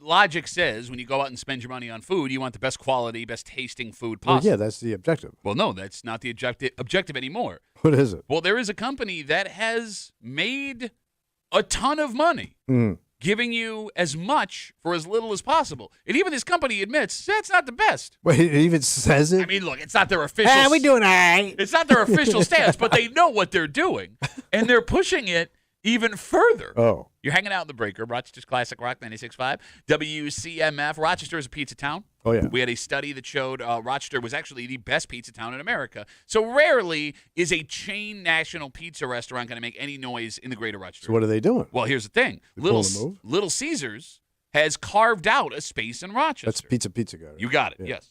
Not because they are better than Mark's or Salvatore's or Cariglio's or whoever, but because they give you pizza fast and they give you pizza super cheap. Oh, yeah. And don't they give you like two? Like 2 for ones? Yeah, all the time. They have all these deals. Yeah. Well, it's funny you bring that up. All right, what are they doing now? Little Caesars is somehow giving you a better deal than you had even before when everything else is going up because they are offering their more for $9.99 value menu. You have a choice of 2 different things. Okay. But here are your options. You can get 2 classic large pizzas for $9.99. Wait, 2 pies for $10. You got it. Now, they're a little bit smaller than the standard large pizza, but it is what it is. I mean, it's 2 pizzas. You can get a large pizza and an order of Crazy Bread combo. You can get a large pizza and Crazy Puffs, or you can get a whole bunch of Crazy Puffs. They look like pizza cupcakes. Oh. $10. $10. That's a hell of a deal. Yeah. That is a hell of a, by the way, this is not an advertisement. That's just how hell of a deal it is. And you'll know it's not an advertisement because of what I'm about to say. Mm-hmm. Little Caesars Pizza, not good. Okay. It's not good pizza. It'll do. It's fine. Yeah, it's not bad pizza, but Okay. it's not good pizza. But here's the thing. Yeah. You It's a lot get of pizza. that's a lot of pizza, Pizza in all forms. But it's a lot of low pizza. but it's Yeah. $10. But it's low pizza. Yeah, but I guess like if I'm deciding between frozen pizza or a Little Caesars pizza, I'm probably going to go get the hot and ready one, right? Yeah, I mean, she said it, hot and ready. If I'm leaving work and I don't want to make dinner for my kids, and I got a choice between waiting 40 minutes for a pizza and paying double, triple the amount, or I can go get this low pizza for $10. All right. I mean, why would? Okay. There are points in all of our lives where that was like, hell yeah, why wouldn't I do that? So it's poor man pizza. It's po pizza. Yeah, but like that's their business plan. But it feeds you. Po. We know it's not great, Yeah. but we're going to stuff you full of this not great pizza, and you're not going to pay a ton of money. And it works because of all of the national pizza chains. Yeah. Pizza Hut has been struggling hard. Yeah. Domino's seems to be following the same idea as Little Caesars here, so they're doing well. Yeah. Papa John's only recently came back to Rochester after they disappeared for a while. The Shakaroni. Thank you. Little Caesars continues to expand in the greater Rochester area, and it's because it's not great, but you get a bunch of it. And they deliver, right? I don't know. Probably. Yeah, I think they do. Do they? I think I've seen Little Caesars in there, like driving around. In Pittsford? Oh, no. Of course, no. I mean, when I get closer to the city. By the way. I see city pizza. By the way, Yes. when you if you want to order this deal, and I made a mistake, the large pizza and Crazy Bread combo, that's a pretzel crust pizza. Oh. I guess it's a more premium pizza, but that's only $10. You have to order this through the mobile app and then pick it up all and right. go get it. But I mean, look, Little Caesars for being It'll fill you up. they're the joke that they are. The company has restaurants in every state and 30 countries and territories outside of. Wait, they're global? Yeah. Damn. All right. I mean, Kimmy, you've said it yourself. Yeah. If it came down to quality of food versus quantity of food, you are always choosing quantity of food. Yeah. Pizza, though's tough because pretty much any time you order a pizza from any standard pizza place, you're getting a lot of food. See, all right, I'm going to argue with you there. Yeah, you ain't eating dainty. Yeah, I mean, you're not. I mean, you're going for quantity anytime you get pizza. All right, so Sunday night, my wife and kids were out of town. Yeah. I had the home to myself. And I was like, you know what I'm going to get? One of the greatest pleasures in human history is eating pizza by yourself. Okay. I subscribe to this theory. Well, we did it on the road a lot. I loved it. It's a Yeah. luxury because there's no one there to judge you. Yeah. So I got a large pizza, and my thought process was I'll have a couple of pieces, I'll put it in the fridge, kids can have it for lunch Monday. Yeah. And I'm watching a movie, and Oh, yeah. yeah. And there were only, out of like Before I knew it. Kimmy, there were like 12 pieces All of a sudden, there's 4 pieces left, and I was still hungry. So you ate a whole large pizza? I stopped with the 4 pieces left because I was like, oh, my God, I'm going to eat a whole large pizza by myself. I can't do this. But could you do that with a low pizza? Because let's say you get this low pizza. Yeah. Well, okay. Again, low pizza might be the wrong way to put it. But it's fine pizza. But I was fine pizza. But I'm saying low is like and it got the highest ingredients. Okay, fine. And let's say it's like super oily. Okay. Man, you start eating all that oil. Oil. That oil is gonna mess with your innards, son. You're gonna get the oily squirts. Would you still want to do that? I think I would be. Do you want to binge eat low? Bro, that's all I did. That's all I. No pizza's probably great on the digestive system. Like, bro, I told you when I was when Ryan and I were living at my parents' house when we were teenagers. Yeah. The Walmart and Gates was walking distance, so we would walk up as like teenagers at like 11 o'clock at night in the summertime on summer vacation. Yeah. We would buy these $3 12 packs of frozen burritos, and we would each eat 12 burritos. Yes. But they were cheap-ass burritos. Cheap-ass burritos. But I'm telling you, to this day, like, if I found them again, I would buy them. I did it last summer when my wife was out of town again with the kids. I went out and I went to Walmart and I bought these burritos and I ate 12 of them, and it was wonderful. It was wonderful. And I got a bag of fries. Look at that. It was great. No, I don't understand why you're judging. I care about what I put in my body. I do. So do I. But Every again, once if you're in a going while. pizza, though, you're already not making the healthiest choice. No, but there are gourmet pizzas. There's healthier options. Okay, but that's of a whole pizza. There's no different such category. thing as healthy pizza. Yeah. Yes, there is. No, name it. Well, you go veggie. You still got cheese and cheese. bread and oil. I understand, but it's not loaded with a lot of garbage. Bro, I bet you'd be shocked the difference. The difference. You just took the sauce off and substituted it with vegetables. Yeah.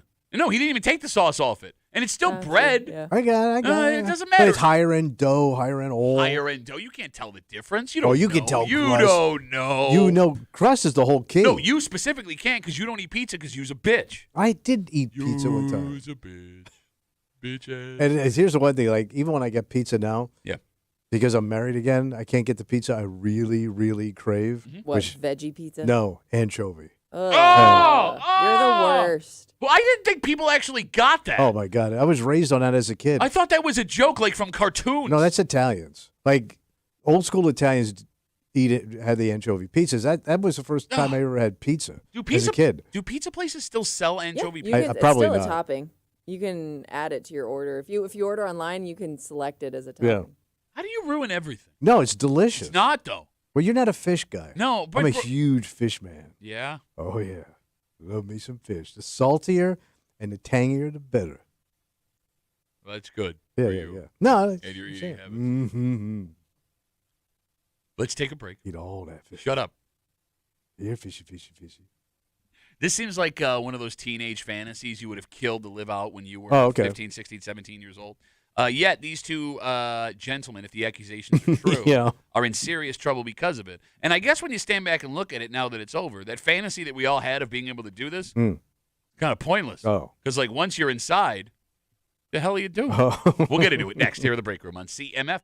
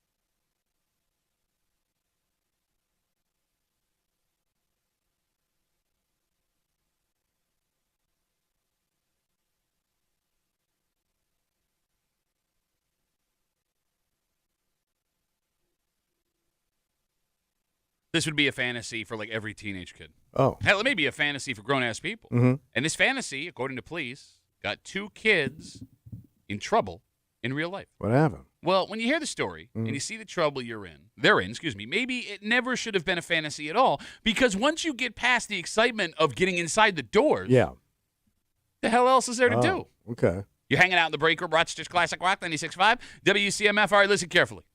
Paul McCartney is coming to the KeyBank Center in Buffalo in November. All right. Pre-sale starts today at 10 a.m. Public sale starts Friday at 10 a.m. But we have tickets to give you. We're not going to give them to you right now. So, Daniel, so help me God, if you call this show right now, you lose. And I don't have the authority to do that. I'm just saying it right now. If I were you and you want a pair of tickets to see Paul McCartney in Buffalo in November, I would listen to the show for just a little while longer. All right. Wink. Are you winking at Daniel? Sir Paul. Oh. Yeah. He's a big winker. Wanker. I'm sorry. I said it the wrong way. It's a big difference. We will get you those Paul McCartney tickets in just a little while here in the break room on CMF. 2 teenagers have been arrested in the town of Dundee. Oh. After police say the pair broke into the town's central school last month. They broke into the school. Now, can I time out real quick? Mm-hmm. I'm not super familiar with Dundee. Do they only have one school in the whole town for everybody? Like it's all attached, like elementary, middle, and high school? It said Dundee Central School. All right.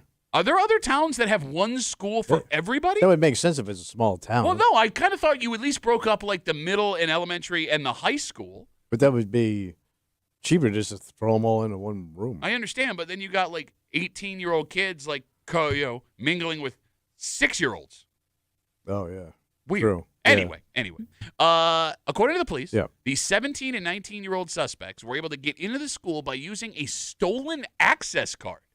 Jesus. We don't know where they got that from. Just like Mission Impossible. But just before 11 p.m. on June 10th, police say the pair got in using the access card at a locked door. Yeah. And we don't know what they did while they were inside. What we do know, the 19-year-old was charged with only criminal trespass. However, the 17-year-old was hit with criminal trespass and possession of stolen property. So it sounds like he might have taken something from the school. Okay. Yeah, if the allegations are true. I mean, if you were going to do this as a teenager, you kind of have to steal something, right? Yeah, I would be shocked if they didn't. Yeah, honestly. What else would you be doing in there? I guess just exploring, but Running to your point, like you feel like you'd have to make your mark somehow. It's a school. What's to explain? Run down the hall? All right, so let's break this down. Yeah. By the way, the pair of court dates coming up. No word on the potential punishments if they're convicted. Phone number is 252-WCMF, 252-9263. On the surface, putting yourself back in your teenage head, getting the keys to the school sounds awesome. Yeah. Right? But you look at the story now, the trouble these kids could be in. To your point, what do you do inside of the school? Nothing. That would make all of the potential problems worth it. Nothing. There's nothing to do. Unless you're going to do vandalism or steal something. Okay. What would be the point? All right, 252-WCMF, 252-9263. Kimmy, I can't speak for women, so I'm going to come back to you in a second. But I think for men, if you were going to break into your high school, there are one of 2 places you're going first. One, the cafeteria to eat your ass off. Okay. Grab all the food you in can. there? Stuff your face. Well, they got refrigerators and stuff, don't they? I guess. Got teeth, don't he? What's the other one? The gym. What are you going to do there? Go be a high school hero all over again. Go play basketball. Shoot run some around, hoops? I guess. Well, that gets old fast. But what if all that stuff's locked up? You know what I mean? I got a key card, Kimmy. I can go wherever I want. I guess. Like you wouldn't try to go into the principal's office and snoop around? What are you going to do in there? I don't know. You got awfully suspicious all of a sudden. You get my records. What is going to be in the principal's office? I don't know. I thought you were going to say like the women's or the girls' bathroom or something. But there's no girls in there. No, I know, but just to see what I'm going to go in there and sniff around. Oh, you guys You got a did couch that. in here. Wait, What? Did you guys have a couch? We did have a couch. In school? Yeah, we had like this separate little room where there were like couches and stuff. Wait, in the girls' bathroom? In the girls' locker room. Oh. Can we sidebar real quick? Well, the girls' bathrooms were always nicer That's what than I'm the saying. boys. Like, I would think you just want to go in and just see what it's like in there. Okay, let's see if they got stuff you don't have. No, how did men? I mean, look, I get that we ran the world for a very long time. Yeah. Still do. How did we lose out on bathroom amenities? Because you guys are gross. No, I would love a couch in the bathroom. Some guy's gonna pee on that couch. You don't and think? You know it. Oh, really? You don't think there's been some fluids on that couch in the women's bathroom? Not intentional. Yeah, I'm just saying. Whether it's intentional or not, it's still a little damp and red over. So would you go to like? Yeah. See. All right. So like, let's say, would you want to just go back to like something that meant to you, like something like if you were on the football team, if you had something happen. I guess walk out on the football field, right? I mean, You're saying what to else? relive memories? Yeah. Like, would you go back to your locker? Would you go back to your classroom? I don't even. It's funny you bring that up. Yeah. I couldn't even go back. I don't know where my locker is. I don't either. I knew around the area.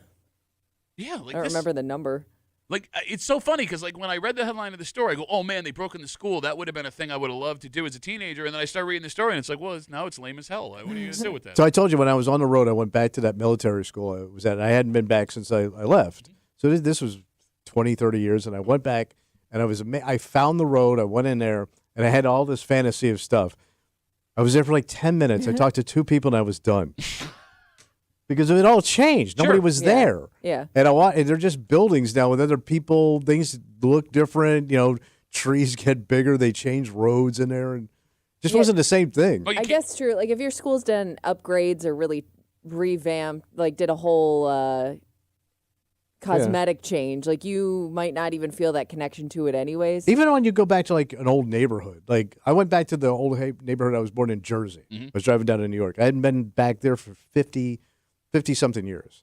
To your point, like it didn't even look like that neighborhood. The house looked so goddamn small and different. Like nothing was the same, No, I get what you're saying. So, I mean, whether it's in the moment or even in the past, yeah, there's really nothing to Leave go it there, to. man. 252 WCMF. I mean, I guess as a teenager, if you broke into the school like these kids are accused of doing out in Dundee here at 17, 19, you could just vandalize the hell out of the place. Yeah. Right?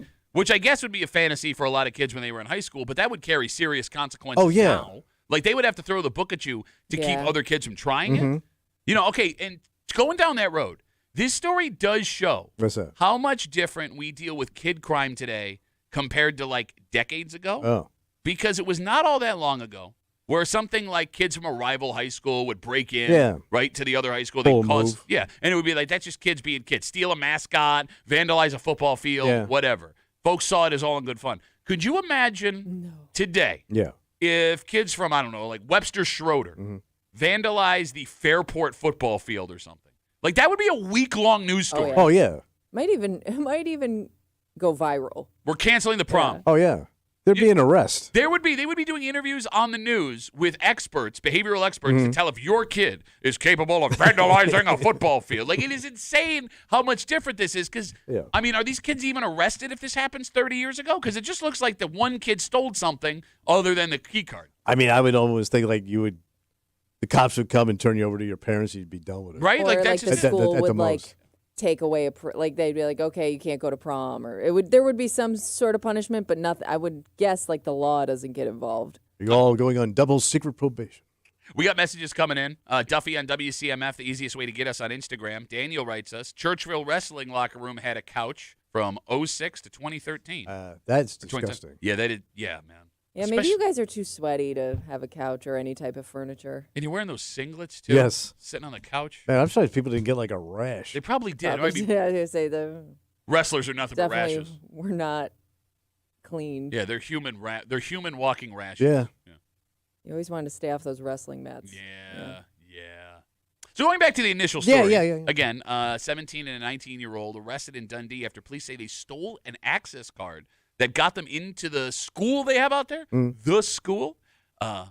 It would be interesting to know how these two kids accused of getting into the school got those key cards in the first place. Oh.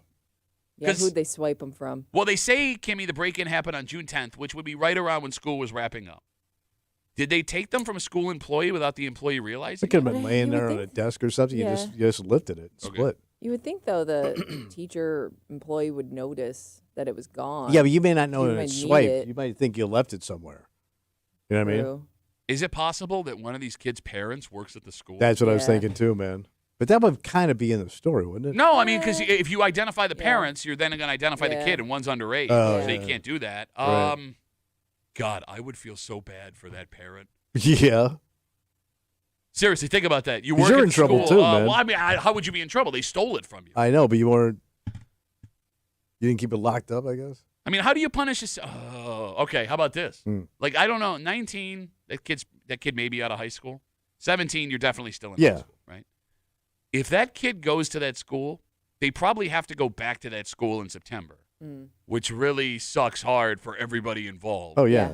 Right? Like, I mean, how much do you hold it over that kid's head? Do teachers today, do they look at that and giggle a little bit? Do they look at that kid as like a bad kid? Does he already have a reputation? I keep saying he. We don't even know if it's a boy or a girl. I'm guessing that kid is that kid. That kid kind of does this kind of stuff. Well, see, but you're okay. Pattern. Every kid that did this when I was a kid was that kid. No, man. There were plenty of kids that would get in mischief that weren't necessarily troublemakers. Not like this, bro. They just this is heavy duty. This is B&E. No, this is not heavy duty. I could see a kid like that doesn't normally get in trouble getting talked into this. Like, but he has to get tucked in by that kid. They don't think like they're doing anything. Well, I'm not breaking anything or I'm not stealing anything. I'm just, in here. Like, I could see a kid justifying it in some way. Like, I shouldn't get in trouble for this. I never saw a good kid do like one bad thing. It was always that kid. I am ashamed of you. What? Normally, you were on the side of jerk kids. You and I being former jerk kids. Yeah, but I was a jerk kid. Bro, in the allegations here, these kids are accused of taking a key card, going into the school, and one of the kids is accused of taking something. Yeah. That's not bad at all. Like, if they came in, took a fire extinguisher, smashed windows, and sprayed it everywhere, I'm with you. Yeah. The school seems like it's intact. Like, granted, don't do this. Punish the kids, fine, send a message, whatever. But this isn't bad. One of them kids, maybe not both kids, but one kid is that kid. You're a dick. Don't be. Who are you, man? Who are you? I'm speaking the truth, son. Okay. I went to a whole school of that kid. I went to That Kid Academy. That Kid Academy? Before you became the mayor of Sucker City. Sucker. It's funny, too. It says, Kimmy, the kid stole something out of the school. Yeah. Even thinking, like, back to when we were in high school. I get now that these schools are full of technology that are actually worth something. What would we even steal when we were in high school? A chair. I don't even know what, like, you could pick up and carry out with you. Like, the most expensive thing would have had to have been, like, a whole desktop computer. Yeah. Or like a Which giant. You would have had to unplug. Exactly. You wouldn't have been able to get that thing out of there. Like, I don't know what even you would have taken in the 1930s when you were in high school. You'd be looking for money. But what money would be in a school? Unless they had like a small, like they had like a cash box somewhere. Vending machine. A kid would have to go through like a teacher's things maybe. And even then, I would think a teacher keeps it locked up most of the time. Yeah. So, I mean, like, I don't know. Like, again, it's like one of those things that sounds awesome, and then it happens, and it's like, Like, the only thing you could do in my day would be, like, this is what happened. You write dirty words on the wall, Like you got in trouble for? Yes. But I didn't do it. I caught you. I caught you. I didn't do it, though. I knew it. The lie has been exposed. I told you I got in trouble, even though I didn't do it. And I still got suspended. Would you like to share the story with the audience? So I had buddies that vandalized the school. They wrote all this nasty stuff down and all over the school overnight. I was associated with those guys. Uh-huh. So I love how you make yourself sound like a mobster hangaround. I was an associate of those gentlemen. I do not know those people directly. But when you're in this business, this is the type of people that run these businesses. So I get called into the Dr. Hopkins' office. I still remember this dick. And he accused me of it. And I went to work, got my time card, and brought it to him and showed I was at work last night. He goes, this is you and those guys. Half those words are misspelled, and I know you suck at English. He goes, so you were also suspended. You were involved. I didn't do nothing. And I did things, but I didn't do that. And I got suspended for 2 weeks. It's like Mike Tyson said when he went to jail for the sexual assault. Yeah. I believe his quote was, and I'm paraphrasing, I didn't do this, but I did lots of things where I deserve to be behind bars. So I'm where I'm supposed to be. Yeah, and I went fishing with my dad for a week in the Bahamas. Yeah, you really learned your lesson there, huh, buddy? Oh, for God's sake. So we got Facebook messages coming in. This comes in from James. James says, Tommy, leave the kids alone. They're just being kids. Don't be that cranky old man. You've been turning into him today between this and the garbage can. All right, we got a pair of tickets to go see Paul McCartney. All right. He is bringing his Got Back tour back to the USA. 8th caller right now, 252-WCMF, 252-9263. You are going to see Paul McCartney, the KeyBank Center, November 14th, courtesy of AEG Live. You can sign up now for first access to tickets at paulmccartneygotback.com.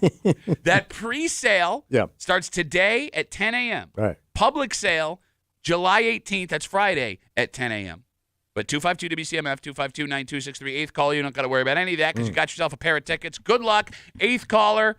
From your friends here in the break room on CMF coming up next here. Yeah. You're not going to like this at all. What? Well, I know that you don't like biting. Biting is like a bugaboo for you. Biting? Yes. Women biting especially. We found that out a couple weeks ago. Yeah. But there's a new crazy female move to injure that we're going to have to compare. It's like a trend? Let's hope it doesn't become a trend. Okay. We'll get into it next here in the break room on CMF.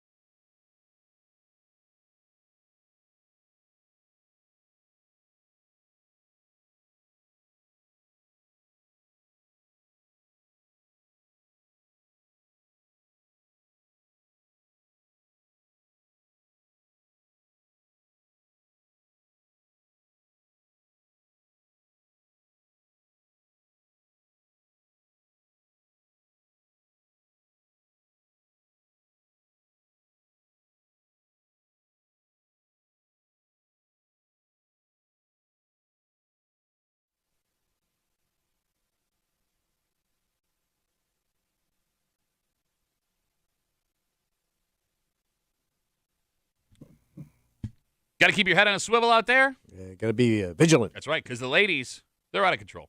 What happened now? We've already seen some stories this summer, Tommy, of women accused of doing things you would never think a proper woman would have done in the past. Yeah. And this story fits the mold. So much so that it's possible that no one has ever seen in real life a woman do this in front of their face. Oh. You're hanging out in the break room, Rochester's Classic Rock 96.5, WCMF, couple of things. Mm. First off, we have our winner for the Paul McCartney tickets. Kimmy, who's going to see Paul McCartney? Caleb. Caleb's going to see Paul McCartney. K-Man. We will have more tickets for you tomorrow. Okay. Heads up, pre-sale for Paul McCartney is today at 10 a.m. And if you want to sign up for first access to tickets, you go to paulmccartneygotback.com. That is Paul McCartney Got Back. How did nobody wasn't that the name of his last tour? I think he's on the same tour. Okay. Yeah, it's just still going. Same one? Oh, gotcha. But how did nobody in his camp go, question, yeah, do we want this to sound like a Sir Mix-a-Lot song? So go there, get your pre-sale, and if you're looking to win, we will have more Paul McCartney tickets for you tomorrow here in the break room on CMF. Also, we are about 30 minutes away from everyone's favorite break room game. Boy. That's right. Kimmy's got her post ready to roll. Our first Where Are They Whining? Because we missed last week. Yeah. Being out. So we'll have it for you just after 9 o'clock here in the break room on CMF. This story comes from the capital of summer craziness, Canandaigua. Yeah, buddy. That's where we find a 44-year-old woman who was in serious trouble with the law. What'd she do? Authorities say they were called to a residence for reports of a disturbance. When they got there, just after midnight, which is when you let it all hang out, authorities say they discovered the woman was in an altercation with somebody else. Oh, fussing and a feuding? That's right, and a feuding and a fussing. They say during that altercation, this 44-year-old woman punched the other person in the face 3 times. Jesus. But that's not the crazy part of this story. Yeah. After she was done punching them in the face, according to authorities, they say she headbutted the victim. Oh, my God. Ooh. A female headbutt.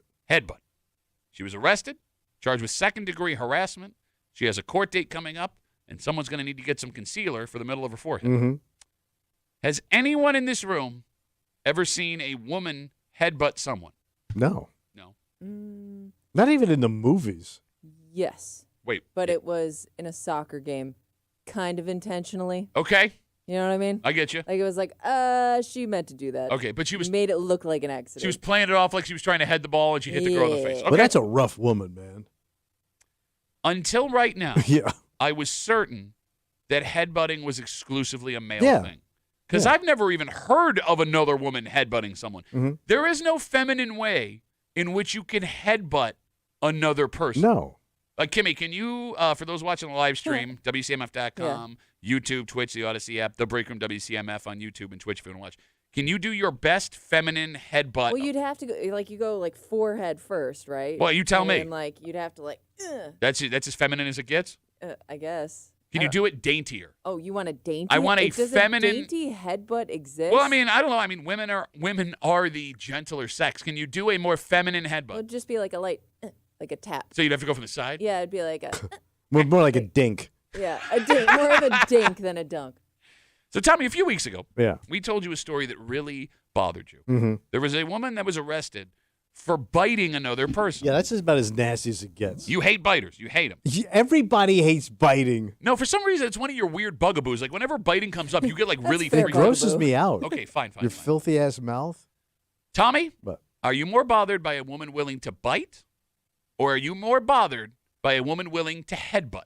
So it's bite or butt? Bite or a butter? I'm going bite. Bite's the worst. Bite is worse than headbutt? Yeah. Okay. I put biting above stabbing. Wait, come on. Yes. That's like you're an animal. No, I understand. You're like a gnawing on somebody. Look, nobody is arguing biting is good. I'm saying I'd much rather be bit than stabbed. I think I'd rather No. Blade me before you bite me. Blade before bite. First and always. Because a blade is a cleaner cut. Like, I don't even know how they... Think about if you get bit and you got to go to the doctor, get stitched up, and you have like a mangled hole in your arm. Okay. That stabbing's going to go a lot deeper. Yes, you could die from a stabbing. You're not going to die from a bite. Yes, you can. Dracula. Look at that body count on that brother, man. And all those other side Draculas all over the country. 252 WCMF, 252-9263. It feels like for ladies, biting is the more natural move. Oh, biting and scratching. Well, look, I mean, every human has bitten someone at some point in their life. As a baby, you bit someone. Oh, right. Okay, right? Like, it's in us as humans to use our teeth as weapons if we have to. It's barbaric. Headbutting is not a natural human thing. We're not goats. On top of that, headbutting is dangerous to your own health if you do it wrong. Right? You could really hurt yourself. Give yourself a concussion. Yes. If not other things. I never understood guys that, like, their move was a headbutt. Because you're both going to end up down for the count. Thank you. Yeah. Thank you. All right. 252 WCMF, 252-9263. Talking about this 44-year-old woman accused of headbutting somebody else during an altercation just after midnight in Canandaigua. Single Tommy. Yeah. All right? You have to choose one. A woman with a conviction of biting someone in the past. A woman with the conviction of headbutting someone in the past. Which one do you choose? Romantic relationship, you have to choose one. So it's bite or butt again. Bite or butt, you're dating them now. Oh, I'm taking the butter. I'm not whipping my crank out in front of a biter, a known biter. He's not going to bite your crank. I don't know that. You don't know that. By the way, at this point, it's way too chewy to do any damage anyway. It's like a Twizzler down there. I still don't want it chewed on. And it's numb. Kimmy? Yeah. You are forced to be friends with a woman that has a conviction for biting someone in the past? Wait, that's a different scenario. Or headbutting someone in the past. Who are you choosing? So for whatever reason, I see the biting, and I don't know why this is playing out in my head this way. I see the biting as more self-defense, whereas the headbutting to me is more aggressive. I agree with you. So maybe I would give the biter more of a chance. I'm with you 100%. No, Kimmy's right. I mean, like, if you're in a bad spot, trying to get away, Kimmy, from someone that wants to do something terrible to you, biting makes logical sense. Right. I cannot imagine Kimmy ever headbutting anybody. I think you have to take somebody by surprise a little bit to do the headbutt. Yeah, because you got to be in a certain position to do it. Which means that you would kind of be the aggressor. Well, no, unless you're just standing. I mean, I've seen headbutts in bars where guys are like, yeah, we're talking. All of a sudden, bam! You just butts him in the head. Yeah. That's what I mean. It feels like you have a better chance of avoiding a bite than you do a headbutt. Because the headbutt can come out of nowhere. And not to mention, in the moment, the headbutt poses more risk to you. Well, you're just getting dizzy. Okay, no, it's not just dizzy. If you've ever been, as a man who has been hit hard in the center of his face over and over and over again, right? You could risk going down and out. She could knock you unconscious with a headbutt. She could break your nose. She could knock out teeth. And if she's still on the warpath after that headbutt disables you, it makes it very hard for you to defend yourself. Yeah, but being bit, the pain. Look, the agonizing pain you're in. I am not arguing that biting is good. I am arguing that headbutt is worse. Yeah. Well, I banged my head and I've been bit by a dog. So you're going like injury-wise, which one you'd rather suffer, not so much what it means about the person. Yeah, my mangled finger or hand. Okay. Like you could lose the use of your hand. Yeah, you could flatten your face. You could lose teeth forever. I can replace teeth. Okay. You're big on teeth, though.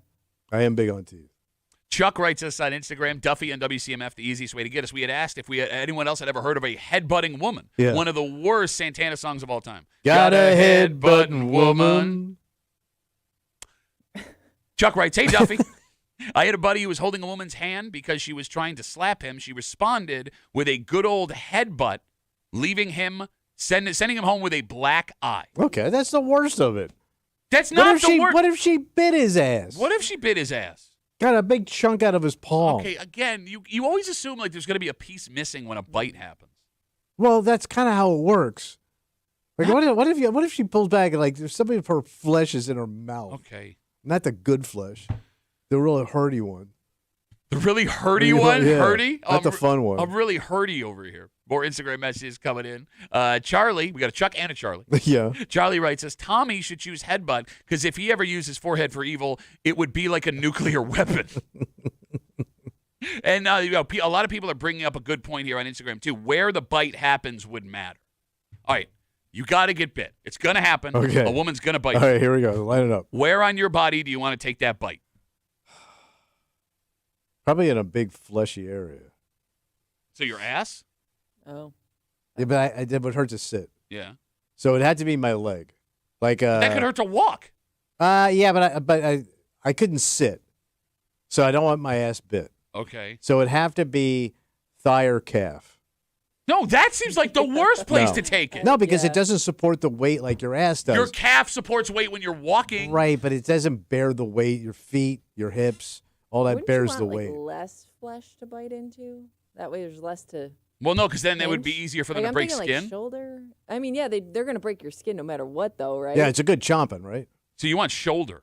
I'm just thinking, like... Shoulder wouldn't be a bad spot. It's a harder spot to really clamp onto. But I got a bony shoulder, man. You're gonna be chomping right into my bone. By the way, Bony Shoulder, great show at the Jazz Fest this year.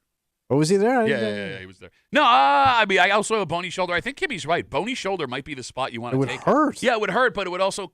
Would it? Yeah, man. Unless like nicks your bone or gets close to like your neck artery or something. Neck artery on your shoulder. No, but it's doesn't right there, man. No, it goes down here, doesn't it? I don't Does it know go where down it your goes. arm? Probably goes down your arm. I don't know. It goes to your heart. Hold on. Knee bone connected to the hip bone. Hip bone connected to the dong bone. What? Dong bone's connected. Joey says forearm. I think that's the feed the bite idea. So you've heard that theory before, right? What? If you get bit by a dog or a person, you take it on the arm and you push your arm into them because it'll force them to open their mouth and you can get out. Okay. Yeah, you feed the bite. Yeah, exactly. But if you take it on the forearm, you can't wear a short sleeve shirt for a while. Yeah, you can. You're going to have a bite mark you're going to have to explain to everybody. Yeah, but a dude could walk around with a bite mark. Yeah, He'll be proud of it. He's going to tell you the story. Say you're going to have a scar from that, most likely. Wait. You would be impressed by a guy who was bit? Yeah, no, I think most guys would brag being bit. I would be ashamed that I was bit by someone. I would not want anyone to... be a cool story. Yeah. Yeah, but guys love those stories, man. No, I get what happened? You got bit. Yes, I get that scars are cool for like most things. Yeah. I don't think a scar from a bite would be cool. No? You don't think a guy would brag that he got bit No. by some chick? No, because you would clearly see what it is, too. You couldn't even lie about it. Yeah. You would see all of the teeth I think I would tell that story. that you got bit. I told you a story. I almost got run over by a woman. No, that's a really interesting story. She didn't bite you. She almost hit you with a car. Yeah, she didn't have good teeth. There would have been a tooth still stuck in my arm. Yeah, she had one of them nasty Florida mouths. Tonight Yeah. is the Major League Baseball All-Star Game. Oh, my God. It's the only sporting event happening, I believe, nationwide. And Bring on the boredom. Okay. I like the All-Star Game. Oh, my God. It's like the one All-Star Game that works, Major League Baseball. Okay. Last night was the Home Run Derby. Mhm. But before we get to both of those things, which I get most people don't care about, there is a local boy done good. Oh. Because the way All-Star Weekend works is you have they wrap it up with the All-Star Game. You have the Home Run Derby the day before. And on Sunday night, they have the Major League Baseball Draft. By the way, I was thinking about it. Is this the only draft that happens in season? Every Uh, other draft happens like after the season. I believe of the four major, you're right. Interesting. You're right. I did not know that. But this local kid might be in the best possible spot for an athletic dreamer you could be in. No kidding. And we'll tell you all about him next here in the break room on CMF.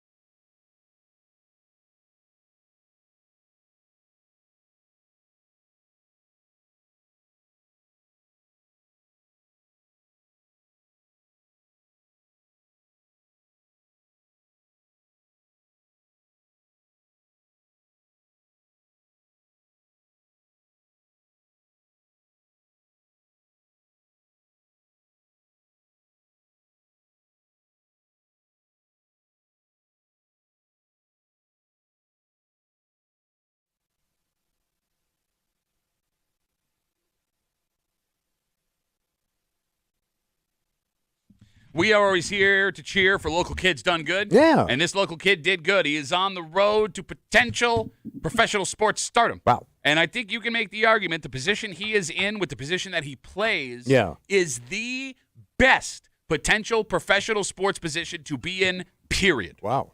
You're hanging out in the break room, Rochester's Classic Rock, 96.5. WCMF, just after 9 o'clock. It's Tuesday. You know what that means? Oh, I'm ready, buddy. Ready. Buddy. Where are they whining? Kimmy's got her post. We'll get to it in about 10, 15 minutes here in the break room on CMF. So tonight is the Major League Baseball All-Star Game. Ooh. Last night, the home run derby, Cal Raleigh, catcher for the Seattle Mariners, who was having a historic home run season that nobody's talking about because nobody knew who Cal Raleigh was before this year. He won the home run derby. Kimmy, his nickname? It's like Big Dumper or something. Big Dumper. Yeah. You know why they call him Big Dumper? No, why do they call it Big Dumper? Because he's got a giant ass. Yeah. So he's got a pillow ass. His nickname is Big Dumper, which they referred to. They kept calling him Big I'm Dumper. telling you, they must have brought this nickname up like every time he was on the screen. Like that's what they were referring to. I wouldn't even know what his name was if they didn't have it on underneath him at all. So they times. basically just call him, hey, fat ass. That's really what they're saying. Here comes fat ass. Has anyone asked Cal Raleigh how he feels about the Big he Dumper? was playing it up a little bit because I did catch a clip of him. He was doing like squats or something in the outfield. I don't know. Okay. So he's leaning into the dumper. But the reason I bring this up. What's that? During the All-Star break, you have the All-Star game. Yeah. Preceded by the Home Run Derby. Yeah. And then every year on Sunday night, they have the Major League Baseball Draft. And we bring this up because Michael Salina, I'm sorry if I'm getting the pronunciation wrong, right. a Webster Schroeder graduate, started his college baseball career at George Mason, finished at St. Bonaventure University. He was taken in the 4th round by the San Diego Padres. Really? He is a pitcher. Wow. So this Webster guy, boy, will be playing, at least in the minor league situation, for the San Diego Padres, like starting right now. Yeah, nice. And the fact that he's a 4th-round pick means he has a somewhat decent shot to eventually make the majors. Yeah. He's not, 23rd-round pick. Right. Doesn't have to be Mike Piazza. Let me ask you this. Right. If you could be drafted in one of the 4 major sports, which one would you want the most? Oh, just as a sport. Yeah, take your frail, tiny body out of it. But I'm getting drafted. You're going to get drafted. You have the body to play in whatever league you want to be in. Of the 4 major sports, you would most want to play in baseball. Why baseball? Because I think they get the biggest contracts. Okay. Tough life. Like all the monster contracts are always in baseball. I think didn't A-Rod have the first $250 million contract? Yeah, but that was 20 years ago. Right. You got to be like a top guy. So we fill Tommy in as to why what he is saying may not be the best I think, idea. if you are a guy that's not going to immediately, be the superstar of a team, which most guys drafted aren't because there are so many rounds in the MLB draft, you kind of have to live a tough life on the road for a little while in those minor league towns. You could end up, like in Batavia or like those smaller teams before you finally work your way up. And it's not always the easiest living situation for those guys. You got 10 guys living in a single apartment. Yeah. You're making $15,000 a year. Like that kind of situation. I was like, I'm doing stand-up. It's exactly what it would feel like. So what should I take? Well, I don't know. That's what I'm trying to figure out. Kimmy, if you could be drafted at any of the 4 major sports, you got the body to do it, you don't have to worry about it, which one is it? I think the most fun draft to be a part of would be the NFL draft. Okay. Just because, even if you don't make it in the NFL, you still get this big moment on a big stage in front of everybody. You get to put on the hat. You get to walk down the runway to the stage. Okay, I get you're excited for a runway for the first time. And your second time, you were in that fashion show. Yeah. I'm saying for career-wise, potential earnings, what it's going to do to your body, how you will end up when the sport is over. Probably the NBA then. Okay. If you're going to go long, if you're looking for longevity. Baseball. And there's 2 rounds, so you're not competing, I guess, with as many guys coming in. That's the NBA? Yes. Yeah. All you right. get a little chance to prove yourself. Yeah, and even if you don't make it, you go play in Europe or someplace. Yeah, also possible. You could do that. You're right. With the Get NFL. a hot wife. Get a hot Euro wife. Got one of them hot European wives. Oh, yeah, buddy. All right, so Elijah writes us, and a lot of people are saying what Elijah's saying. NFL by far, if I'm not a star, I can be a practice squad hero. So many roster Yeah, but you do spots. so much damage to your body. I'm with you. The NBA, as far as damage to the body, that seems to be the way to go. Okay, so baseball or Major League Baseball or the NBA when it comes to damage to the body. Here's why I would argue this kid from Webster, Michael Salina, is in the best possible spot. He's a pitcher. Yeah. Right? So when he starts to do his thing, he's working every 5 days, unless he's a closer, right? he has a better shot at making the majors because pitchers, they need pitchers all the time, right? You know, rosters carrying 10, 15, 20 pitchers depending on what they're looking for.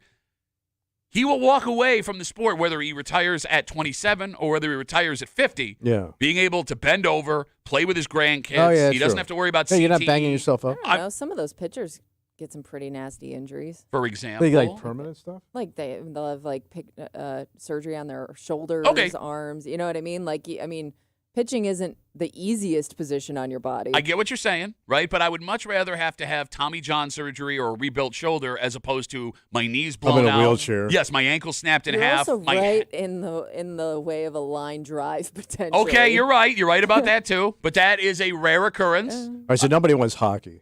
Well, I mean, hockey, I think, is the worst of all of the four sports because you have the same grind as the NBA or Major League Baseball, and it's outside of football, the most physical sport. Your path to get there too. Yes, it's way different for everybody. You could still be in college, right? Yeah, and still finish out that. Well, here's the thing: Kimmy's argument about having to, work your way up. It's the same thing with hockey. Yeah. So you have the worst part of minor league baseball where you're playing in small towns trying to make your way to the majors. You have the worst part of the NFL where you have the potential for serious head and body injury. You have the worst part of the NBA and the Major League Baseball where you have that grind. Like, I would argue, and I'm not saying this just because I'm a big hockey fan, that when it comes to actual athletes, the NHL have the most impressive athletes of the four major sports. Oh.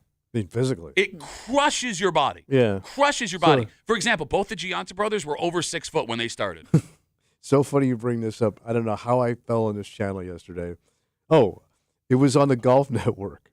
And it was showing, it must have been some celebrity hockey thing that they were doing.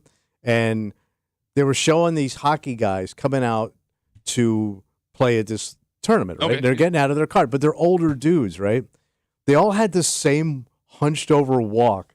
And they all look like their knees didn't work. Yes. They walked like Frankenstein bent over. And some of these guys were like my age, but they were like stars a billion years ago. No, there's a guy I knew when I was a kid. He had a really rich AHL career back when they only had 6 teams. He had a couple of games in the show. Was in unbelievable shape. Yeah. His legs were straight up and down. Yeah, that's what it was. They were like sticks. And there was no bending. He had either broken both his ankles so many times or sprained them so many times that it just was a thick piece of body all the way up. It looked like their knees were destroyed. I would also argue hockey is still a little further behind the other major sports in terms of treating injuries and letting guys come back from injuries. Yeah. And I think that's just like a hockey mentality, but those guys return way too fast sometimes from some serious stuff you see on the ice. The funniest thing, I watching all these guys walk back and forth, they all look like they were making fun of each other. Like, not intentionally. Like they were doing an impression. Hey, you see how Bob White walks like this? Look, I'm doing him, you know. 252 WCMF. We're talking about Michael Salina. He went to Webster Schroeder. He was drafted in the 4th round of the Major League Baseball draft Sunday night by the San Diego Padres. He is a pitcher, and I am here to argue, outside of being drafted as a kicker in the NFL. Oh, that's a good one. Right? I mean, being a pitcher drafted in the 4th round out of college is the best spot to be in the 4 major sports. We had asked which of the 4 major would you want to draft. You've got the body for it. Gus writes us on Instagram. By the way, young Gus. Oh. Young-looking Gus. Yeah, I think that would have been good. Duffy at WCMF, easiest way to get us. Tommy is nuts. Baseball players don't make jack. Shea Gilgeous-Alexander, you familiar with him? No, I'm not. He won the NBA Finals MVP. Oh.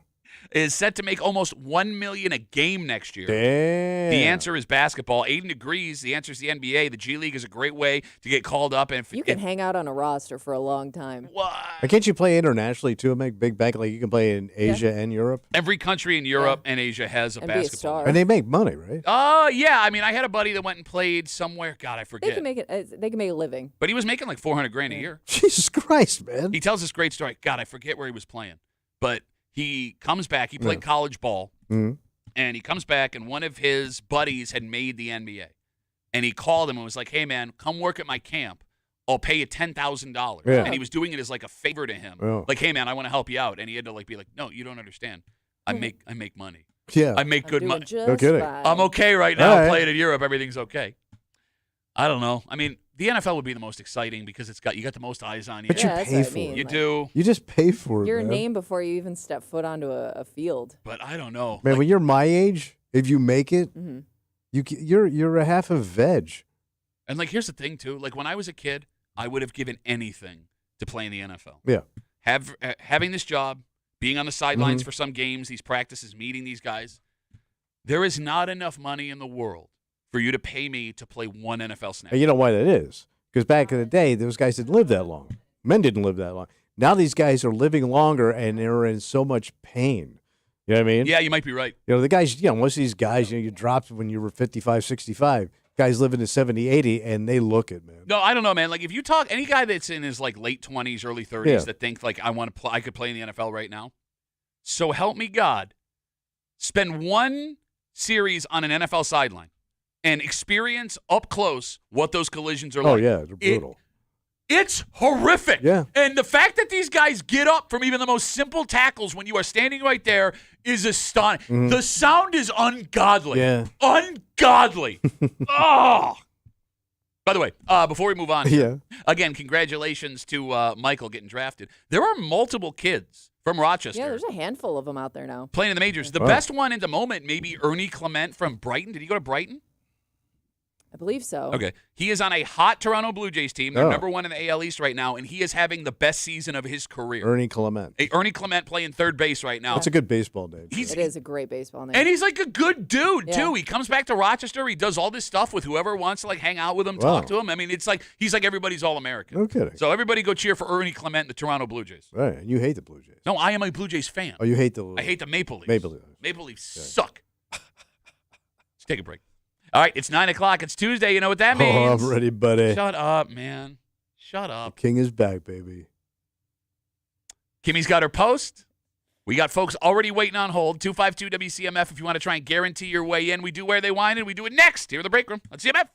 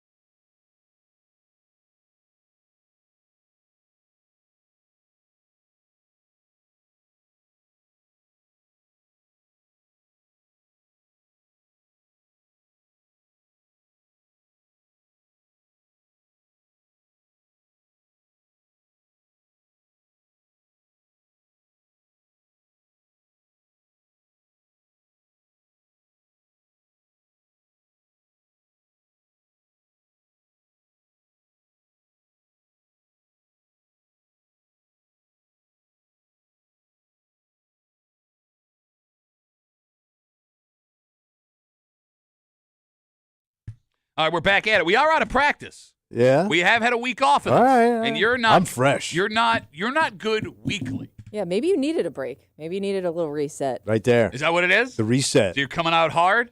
Oh, big time hard. Good. Even the mic rejected whatever joke was coming. It's Tuesday. It's 9 o'clock. It's time for Where They Whining. You're hanging out in the break room. Rochester's Classic Rock 96.5, WCMF. And if you are new to this game, here's how it works. What do we do? Kimmy has a post from the neighborhood apps. You guys send them to her. We greatly appreciate it. She reads through it. She removes street names and town references as to not make it super obvious. However, even in her doing that, there are still little clues you can listen to. Little clues that will let you know where this post was posted. I hear you, buddy. And we're going to listen. I have to listen. To figure out which town, village, or neighborhood in the city of Rochester this came from. And you're going to call us at 252-WCMF and figure out where they whine. And Tommy, you've had one hit in like a year and a half? No, I had a recent hit. Yeah, that's the one hit in like a year and a half. Yeah. That means I'm due. And it wasn't that well, if No, it was it was a recent, while now you're ago. due? Yeah. That's how it works. Okay. Phone lines are locked up. Let's get a post. Let's get this thing moving. All right. And we'll send you back on your loser way. Kimmy, are we ready? Ready. Let's do this thing.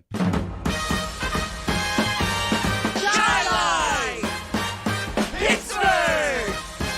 Victor! Where they whining? This is me begging for everyone to get on board with this special request. I've noticed our streetlights are getting brighter, and don't you dare call me crazy. You're blind if you don't notice. I've noticed it, and so have my neighbors next door, too.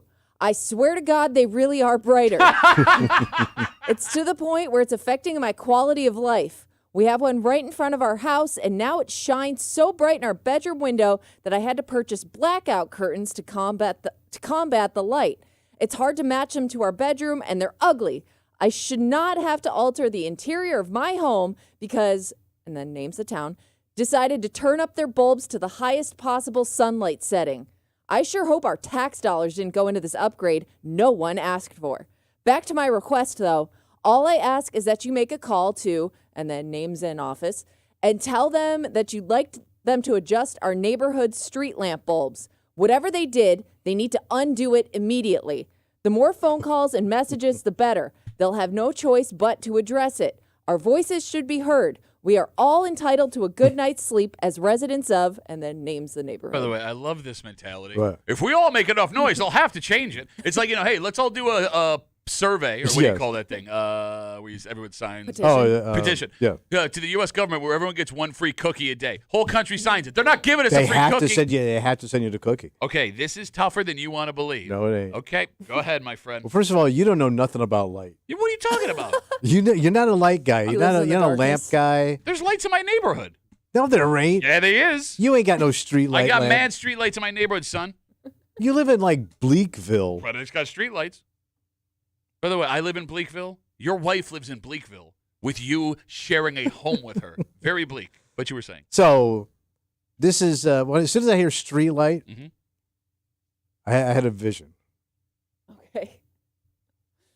Yeah? It's North Winton. North Winton? Yeah. It's slammed with lights, with street lights. Kimmy lives up that way. I got friends up that way. Yeah. Old buddy from the show lives up that way. I mean, Kimmy, you know what they say? Like, And this is one of these hipsters that's moved in and is complaining. No, it's. You know, it sucks because like every other neighborhood in the greater Rochester area, totally dark except for the North. There's no Winton street lights in my neighborhood. All right. Here's why this is harder than you think it is. Well, I just nailed it. You didn't nail it. What a dumb pick. Every town has started upgrading. Most towns have started upgrading to those LED bulbs. And they are much brighter than the bulbs we are accustomed to. They used to have like a yellow hue. Now they are like white, like psychopath, padded walls, white. But one town went above and beyond. Who? Brighton has the brightest streetlights of all time. They do? It's in the name. Oh. Bro, I'm telling you, Brighton, for a reason. All right. I was driving through 12 Corners after dark last week. And I was blinded by how bright the streetlights have gotten in Brighton. I could not believe it. Like, I thought I was having a stroke. Oh. The answer's Brighton. How could it be? We already found out it's North Winton. So, got that? Got it? They should upgrade your mouth. All right. The phone number is 252-WCMF, 252-9263. Do we have a winner from 2 weeks ago? We did have one. Did we? We need to fill Ben's hole. I don't know if we did 2 weeks ago. I think we had a winner 2 weeks ago. I don't know. Oh, well, look at the commissioner dropping the ball. She got one job. We had Mark like 3 weeks ago, and he tried again from the Ben hole and didn't get it. Okay, I'm pretty sure. So we have a gaping Ben hole this morning. We usually do. Okay, all right. So if we get a winner, we'll stuff Ben's hole for next right week. in there. But right now, wide open Ben hole. Ooh. All right. The phone number is 252-WCMF, 252-9263. There is one rule and one rule only. What's that? You get one pick. If you are on hold and you hear someone else say your town name, you got two options. Either one, hang up the phone, try again next week. We will not be mad. Or two, pick a different town. If we pick up your call and you say, well, I was going to say, but then I went, you have been disqualified, and the commissioner, who is not on the ball today, makes all final calls. Are we ready? I'm ready. 252-WCMF, 252-9263. Let's kick it off with Joey. Hey, Joey, where they whining? Definitely Pittsburgh. Why Pittsburgh?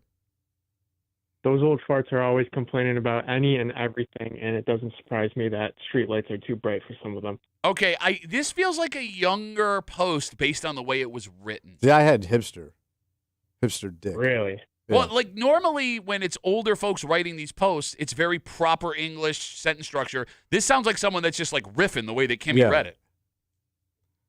I don't know. Maybe they had their son or daughter write it out for them, but that. Joey, your pick sucks. Is what I'm trying. Joey, your pick sucks, and you wasted everybody's time, and you should feel a lot of shame about yourself. Oh, you guys are brutal. Yeah. Joey, have a good rest of the day. Hey, man, sure. You guys are brutal. Come on, guys. I was having a good day. 252-WCMF. Let's talk to Nick. Nick, where they whining, buddy? Well, I can tell you, Joey's on the toilet right now, so that's why he sounds like he's got such a low demeanor, but he'll be really excited when get he him a figures out what body he wants. bag. Sorry, Nick, go ahead. All right, I'm going with Greece because, I don't know, I lived in Greece and I experienced this, and I noticed the lights got a lot brighter. I haven't lived there in like 2 years, but from what I remember, them lights was bright. But just now, them lights got brighter. Them lights got brighter, and I'm donating my star to Tommy because Tommy deserves it. Bless your heart. Okay, we've talked before. There is no star donation on this show. This is not body parts. There's not. Oh, my. I remember somebody did it. And you're not going to win anyway. I mean, Greece is okay. You guys are brutal. Nick, thanks for the call, buddy. Nick with a C for my star later. All right, there goes Nick. Well, okay. We have had a rough phone call run today, like all day long. Yeah. I'm counting on. We're going to go to an Old Faithful to try and pick it back up. Who But we got? we also hate this guy. Oh. 252-WCMF. Cody's on CMF. Hey, Cody, how are you, buddy? I'm good. You're going with me to pick it up? What's wrong with That's how bad the rest of our choices were on hold. Cody, where they went? It is true. We've got pretty low standards so far. I'm going to go with Canandaigua and keep the standards low. Why Canandaigua? So I like the idea of going with local municipalities that have been doing streetlight replacements. What a nerd. Who does it? Shut up, nerd. I don't think this is taking place close enough to the city for you guys to be correct. I think this is further out, so I'm going Canandaigua. They got a lot of They're streetlights. also doing a lot of streetlight replacements. They got them old fancy lights. Replacing the LED, and they're keeping the original fixtures too when they're doing it. So you might not really notice that the lights are changed. You might just, oh my God, they're brighter. Man, you are such a dork. We're actually keeping the original fixtures, just putting new light bulbs. Very ornate. Ornate fixtures out of Canandaigua. Wow. Ornate is all hell. Cody, thanks for the call, buddy. Cody did not save the show. All right. 252-WCMF, 252-9263. We got some hot light talk. All right. A man who always has weird-ass Rochester facts that no one else knows. Okay. Armand's on CMF. Armand, where they whining, buddy? I'm working today, so I'm going to say Chilai. Why Chilai? Because 490 and all the upgrades out that way, and maybe they upgraded some street lights. All right, but wait. Like a West Side complaint. Okay, this does not sound like a West Side complaint. It sounds like an East Side complaint. People on the West Side, they have bigger problems that it's bright. People on the West Side complain about the stupidest things sometimes. Are you serious right now? Is that a serious statement? Armand knows this the I'm greater from the West Rochester Side, area so. very well. Okay, Armand, if we're going to talk about stupid bitches, like bitching, stupid bitching, that sounded way harsher than I wanted it talking to. about Tommy. The East Side has weirder, bitchier complaints, Armand. Everybody knows that. Yeah, but this is definitely like old man, like your pops kind of like take. It's like, why are they upgrading the street lights, man? There's nothing wrong with it. Don't fix it if it's not broke. Kind of West Side mentality. you know. All right, whatever you say. Armand, thanks for the call, buddy. Have a good rest of the day. There goes Armand. This is definitely not West Side. Nobody on the West Side is going to complain about the street. Yeah, but you're from the West Side. You never stop bitching about stuff. What are you talking about? You're constantly complaining. Give me an example. I forgot when I was all like, wow, wow, wow. 252. You complain about me all the time. Yeah, because you suck hard. But you do. And you suck long. All right, you know what they say? What? A common enemy brings people together. Okay, what is right? it? And I feel a lot of tension between you and I. Yeah. So let's talk to Christine. Christine, where are they whining? I'm going to say Webster. Why Webster? Because ain't no damn I just think they... Shut up, sexy knees. Now you don't have any sexy knees. I take it back. She took away your sexy knees. Took away your sexy knees. Now they're knobby knees. No, that's what his mom had. It's Webster because they are upgrading a lot of the streetlights that are in people's backyards. They're making them brighter. They're smaller groups of houses with smaller streets. So now your backlight's lit up. People It know happened to a friend of mine in Webster. It happened to a friend of mine. First of all, you're lying. You don't have any friends. Well, and if they you did, take they would my turn that call. light off when you started walking towards their house. Man, Tommy, I try to help you. I try to be on your side, and your pick sucks the hardest one this week. I have to say. What a zinger. Come on. You guys are brutal. Great call, That Christine. is See you guys. Bye. There goes Oh, my Christine. God. Every week. I can't stand her. 252 WCMF. Let's get one more in before we get a reread. I want to take this one only because I've never heard this name before. Oh. And it seems like it might try to be a free, cheap plug All on right. the air. Let's talk to the Carpet King. Where are they whining, bud? Hey, I'm thinking they're whining in Greece Why Greece? because the town council's all Democrats and they got a lot of money. Ah, Greece has already been picked, you dumbass. You disqualified yourself. Real quick, even right. though you suck and we hate you, why do you call yourself the But Carpet what do you King? think? He Because munches. I've been installing carpet for 35 years for B&B Carpet, Rochester Linoleum, and Victor Furniture and Flooring. All right, so if you And, want good, they if you want consider me good, pretty good. if you want good installation from a guy who clearly does not listen, call the Carpet King. I am the Carpet King. Thank you. Great call, buddy. Have a good rest of the day.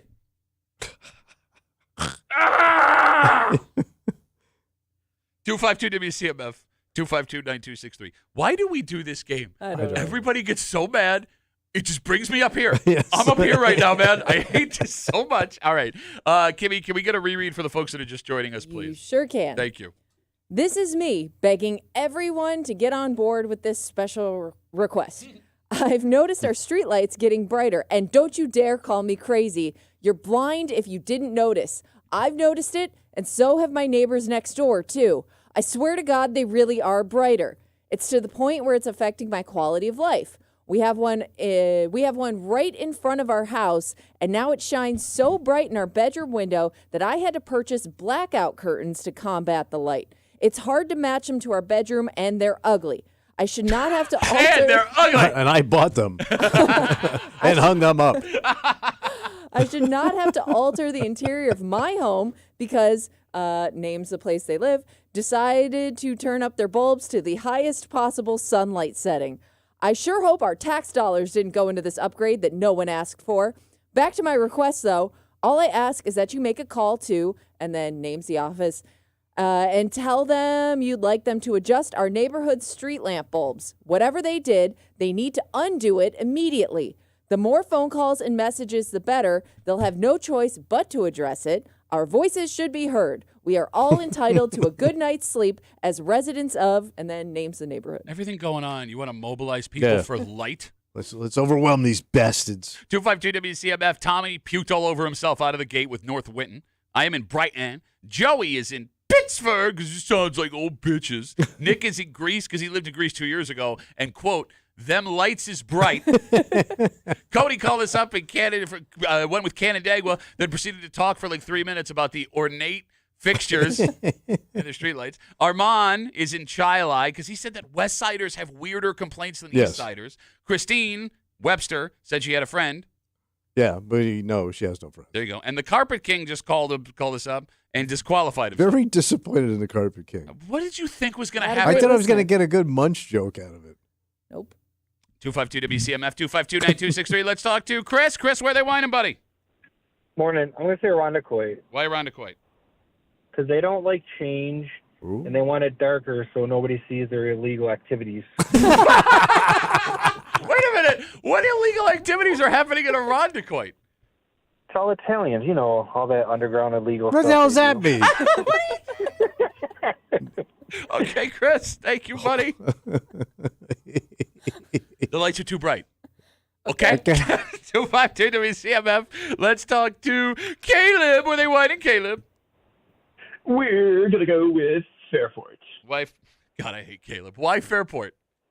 Well, I hate you too, Duffy. It was available, and we haven't had a Fairport hit in a while. It feels like you had another town that you wanted to pick. That's what it feels like. You think so? Yeah.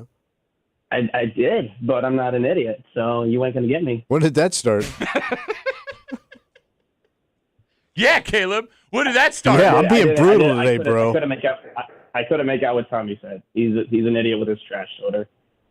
All right, Caleb, thanks for the call. All right, now it's just getting mean. We have gone through the looking glass of funny to just really mean.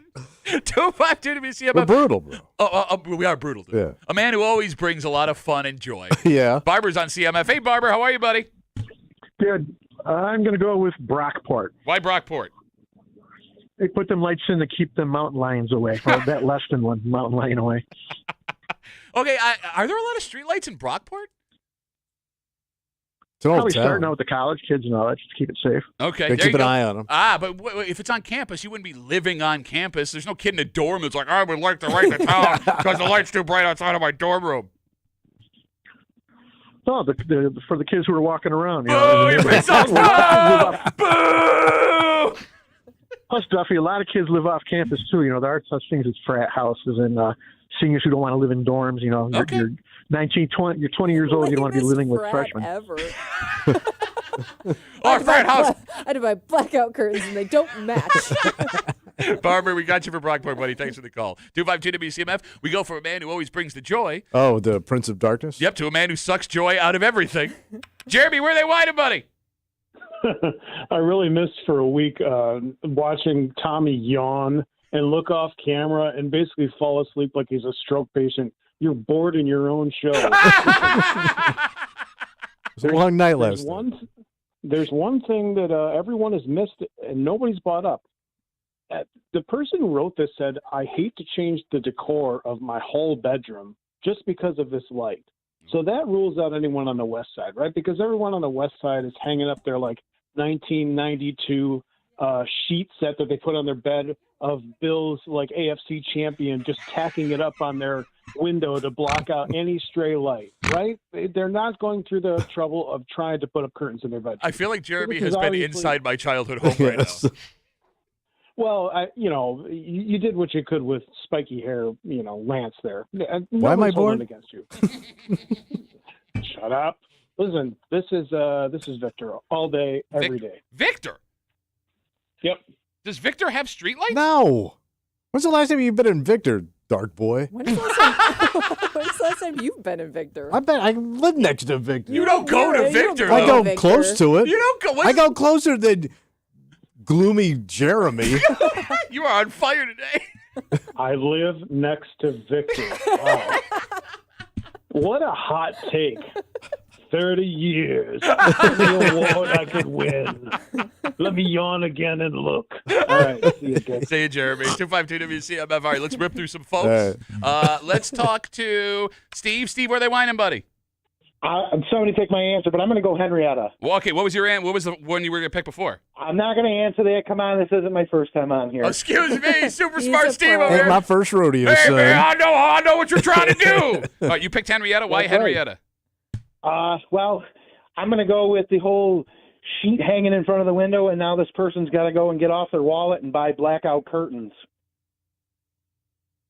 Okay. Oh. Well, that ended so sharply. I was going to say, this call started it fun. was all that build up for nothing. Have a good day. Bye, Steve. You suck. There goes Steve. 252 WCMF. All right, let's talk to one spot outside of his own hole. Oh. Standing beside his hole. Yeah. Ben is on CMF. Ben, where are they whining? I'm going to go with Fairport because those roads are all lined with street lights. Ah, Ben, you've been disqualified, you stupid bitch! How did you not hear Fairport before? Because I was on hold. I was trying to get a hold of you guys, and there's 9 million people trying to call this dumb show. It's a very popular segment, Ben. Yes, I know it's a very popular segment, Duffy. That's why I was trying to call. Ben, you've been double disqualified. Hey, no, real what? quick. Okay, go ahead. I'm sorry. Hey, Christine is my friend, so she has friends. That makes sense. Wait. That makes so much sense that you two are friends. Today, guys. Bye, Ben. What? I'm trying to figure out. I don't know what Christine looks like. I got an idea now. I can draw you a picture of her now. All right. The commissioner really dropping the ball this week. I did. I guess I'm off on my timing here. I knew that we had a winner 2 weeks ago, that someone was going to stuff Ben's hole. Yeah. And the man that won 2 weeks ago and currently sitting in the Ben hole right now, Okay. Mark is on CMF. Oh. Mark, where are they whining, buddy?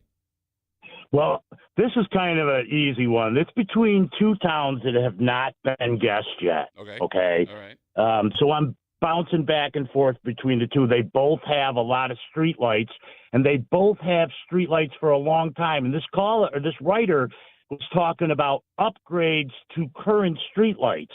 So a town that has had streetlights for a long time is East Rochester. Oh, ER. Didn't you pick ER 2 weeks ago? Nope, that was 4 weeks ago when I got my first star. Wow, you're on fire. He's 2 weeks ago, I got my second star with your guess, Duffy. So I'm kind of surprised you guessed that. Okay, all right. It's interesting, but it's been 2 weeks. All right, so Mark, you said ER. What was the other place you were thinking? Good try. He almost did it, too. He almost bit. The son of a bitch almost bit. Mark. It was close. I'll admit. It was close. Mark, congratulate. Great job from Ben's hole. Thank you for the call. I appreciate it. Outstanding. All right. Ben's hole is now empty. All right. I do love how he wanted to make sure we knew he was from Ben's hole. He's like, no, don't you remember? I'm supposed to be picking last. I'm trying to get into Ben's hole over here. All right. Tommy is in North Whitton. I am in Brighton. Joey is in Pittsford. Nick is in Greece because he lived out there. And again, I quote, "Them lights is bright." Cody is in Canandaigua. Armand is in Chili. Christine wasted everybody's time picking Webster. The Carpet King, who's been installing carpet and flooring for 35 years at multiple. By the way, I thought he would have owned his own business calling himself the Carpet King. Yeah. It's usually how it goes. Right? Like does he walk into the new places he works? He named 3 different places and go, "Hey guys, I'm the Carpet King." Doesn't matter. He disqualified himself by picking Greece again. Chris is out in Irondequoit because they want it darker for all the illegal things they're doing. Caleb chose Fairport. Barber is out in Brockport because those college kids in frat houses don't like it too bright. Jeremy called us up, picked Victor, which Tommy disagreed with because, quote, I live next to That's Victor. right. Steve picked Henrietta. Ben then called up, disqualified himself by picking Fairport that Caleb already picked. And then Mark, from Ben's hole, decided to go with East Rochester. Are we ready? I'm ready. Let's do the damn thing. Sit down. Come on. Clapping jerk. Clapping jerk. Where they whining? We got a winner this week. That's not us. She's laughing. A Damn new it. person enters the Ben hole. Oh, no. Because they whining where them lights is bright. No! They whining in Greece. No kidding. Congratulations to Nick. Damn. Them lights is bright. Yeah, he was Nick with a right. C for some reason. Did I catch him saying my name's Nick with a C? I don't know. No one was listening to Nick. I guess we should have. By the way, all of our thoughts, theories were wrong. Yeah. We thought it was East Side. It was not. Nope. We didn't think it was super suburban. Nope. It was. You said that Greece people can't afford blackout blinds. Yes. Apparently they can. All right, so next week. And I think this is Nick's first win because I don't see another Nick on Look the at board. Nick. Well, look for a Nick with a C. Yeah, no. By the way, unless you're Greek, Doesn't everyone spell Nick with a C? Unless it's just N-I-C. Always. No, I get what he's trying to say, but like the only way it would be Nick without a Nick C. Or I don't know. I caught the end of it. No, this matters. Nick sucks, but he won. Congratulations, Nick. You will be stuffed into Ben's hole next week. Enjoy that. All right. Let's take a break. We got our mountain lion issue going on in Rochester. Turns out it's not the only major animal problem going on in New York State. Loose now. It's not anything that's loose. In fact, we are, at least the people that are having problems, are in his territory. And because of that, this sumbitch ain't moving. Oh. And we'll get into it next here on CMF.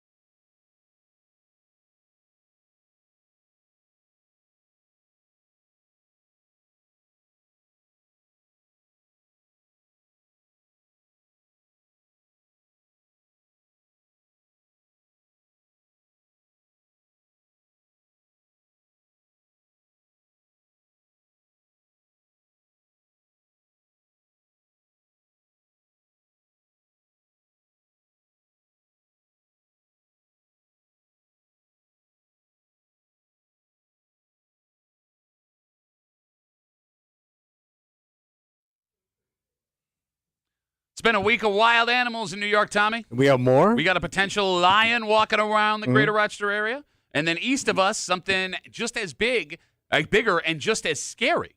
Because apparently there is no safe interaction between humans and this animal, which has decided, I live here and I ain't leaving. Okay. You're hanging out in the break room, Rochester's Classic Rock 96.5 WCMF. So obviously a mountain lion potentially in a downtown area is super scary. This story involves an animal being exactly where it should be. But it ain't budging? And it's in a spot that other people also want to be. Okay. At the foot of the Adirondacks, Tupper Lake is the name of the town in New York. It's east of us. A moose has decided to take over a hiking trail. Okay. So it's just standing in the way? It's literally trail now. It's standing in the middle of the trail. Okay. And it has not moved for days. Is it sick? So they believe there might be some illness that is causing the moose to stay put, but it's standing there. Can't you just poke it? No. Can't you go around the moose? Well, no, because the trail doesn't go around. Can't you scare it? You're not. Well, how do you scare a moose? Make a big loud noise. Most animals will freak out. Well, no, because like an air horn. Go right up to him, squeeze it in his ear. Yeah, that probably won't cause the moose to freak out and gore you. I don't want to mess with a moose. Do they gore you? Yeah. Oh, they're pretty big. So I'm going to read you. Step on you. I'm going to read you a quote from the New York State Department of Environmental Conservation. Moose encounters are not safe for humans. There is no safe moose encounters for humans. Yeah. All right. Now, when you think moose, you think like New England kind of area. Yeah, folksy. How many moose do you want to guess are in New York State? I have the answer. I didn't know there Okay, were that like many. the total population of moose. Of New York State moose. I'm going to say we got 800 moose. 800 moose. Kimmy, you want to take a shot?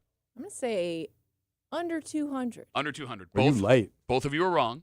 There are 650 moose in New York State. I was pretty close. I thought like they were mostly in Canada and sometimes wandered down. I didn't know like we had that many moose. Well, I'm assuming Franklin County. I don't know where it is, but it's probably in the North Country somewhere, right? Yeah. Let's make that assumption. So they've had to shut down this trail because technically, I mean, they are in the moose's territory. Yeah. Right? Like the moose lives in the Yeah. forest, lives in the mountains there. He's a mountain moose. But they cannot get him to move for anything. So why can't they just shoot him with like a tranquilizer thing? Because he's a wild moose living in his habitat. No, but then you go see what's seems wrong kinda with him. mean just because he's standing there. If he's no, but if he's sick, but they don't know, and he's a wild moose. Like could if just decide this is where I stand now. Let's say he is sick, then he dies because he's no, living you in the- take him and you fix him and you release him back in the wild. They do this crap all the time when they find injured animals. But they don't know that he's injured. They don't know that he's sick. Well, you're not going to know nothing until you knock him out and start probing him. It kind of feels like you want to knock out a moose for no reason.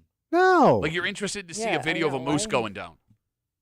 I mean, they're pretty interesting. You're Mr. like leave wild animals be, I am. and I'm surprised you're not making the argument like, well, it's there, it's nature. You should be the one staying out of nature. Wait, but I'm just kind of surprised like the state doesn't have a plan for this.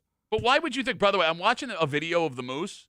He's literally not moving, and he's like, every once in a while, he turns around and then turns back. Like it's almost like he's like watching the I trail. felt bad. The poor thing's probably scared. I don't know, man. It looks like he owns this spot. Oh.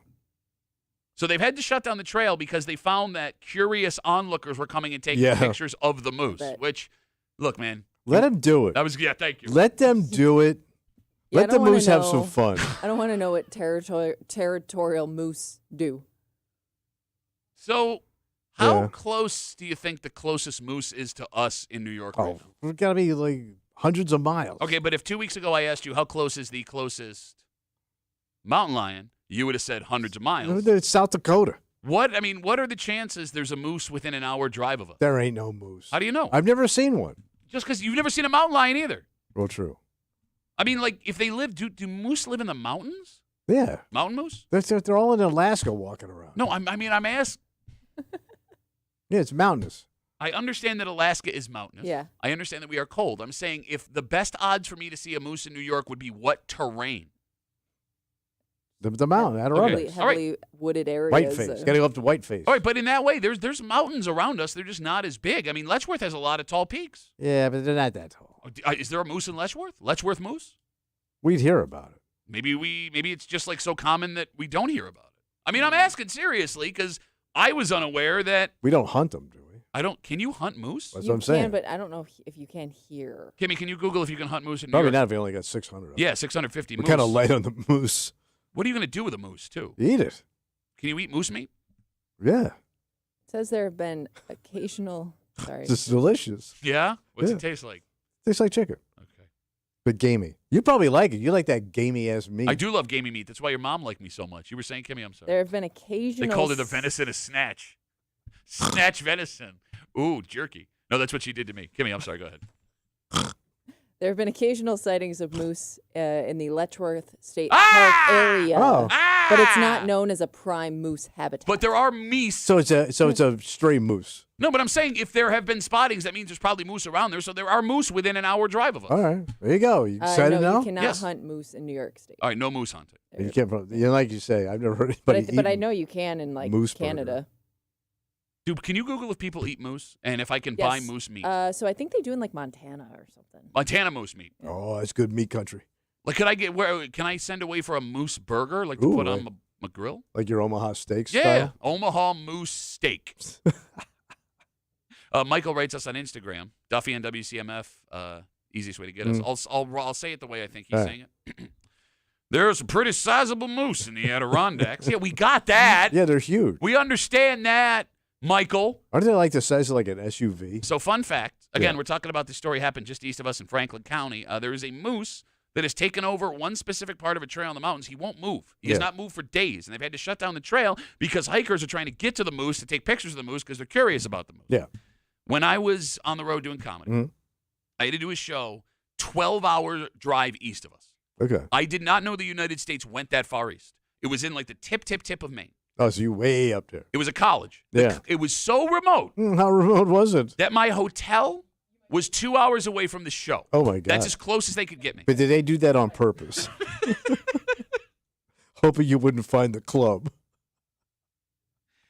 I get to my hotel, Yeah. and you know how they always have the video that runs when you turn on the TV? Yeah. There is a video running that is instructing people, not from Maine, if you come across a moose, what to do? you drive through the moose. Drive through If it? the moose Seems is on like the it'd be road, tough to drive through. Drive even through- If you wanted Wait, to. I'm in my car. If I'm going to hit a moose. you drive through it, you don't hit the brakes. Because if you hit the brakes, you're according to this video, and I don't know if the information's changed in 20 years, your car dips down, the moose then falls on top of your car and crushes you to death. Oh. You're supposed to blast the moose. So you punch it. Yes, like if you can't stop safely, you blast the moose. That's such an unnatural move. I know. Because you wouldn't lock up your brakes and not hurt the damn thing. But they say the same thing in traffic for deer. You drive through the deer, right? Yeah, but I always hit the brakes. I know it's the natural thing to do. Right. But like, by the way, you can hunt moose in Maine, okay, and New Hampshire, and Vermont, North Dakota, Washington, Idaho, and Montana. Okay. Wow. All the places I don't want to go. Maine was nice. Yeah. There's like a little bit of Maine that is nice, and the rest of that state is just full of fugly people. And Alaska, obviously. Tell me you saw one hot chick in Maine. I mean, it was a college campus, so yeah, there were a couple of. Well, yeah, but they're imports. I don't know. I didn't ask them where they were from. A couple of sexy moose, I'll tell you that. Oh yeah. Well, everything's so high up, you can just touch it. But you said they were sexy. Yeah, but I wasn't I fondling can't their diddle the balls. moose, but you can see how sexy they are. Ball fuzzy, but bestiality is one thing. Homosexual bestiality, we do not stand for. No, but all right, the vagina. That's got to be one whopping vagina on that thing, man. You know how they have sex? Oh. Moose style. We come back. F you. I don't hear you making You don't any- like vagina jokes. Yeah, you're not doing any moose vagina joke. Go right now. Do a better moose I don't vagina have joke. one. Do it. That's what I thought. So easy to criticize, Yeah. so hard to create. I know when to quit. Very horny. What? We come back, we wrap it up, tell you what we're doing. Not you, the moose. Next tomorrow, CMF. Go ahead.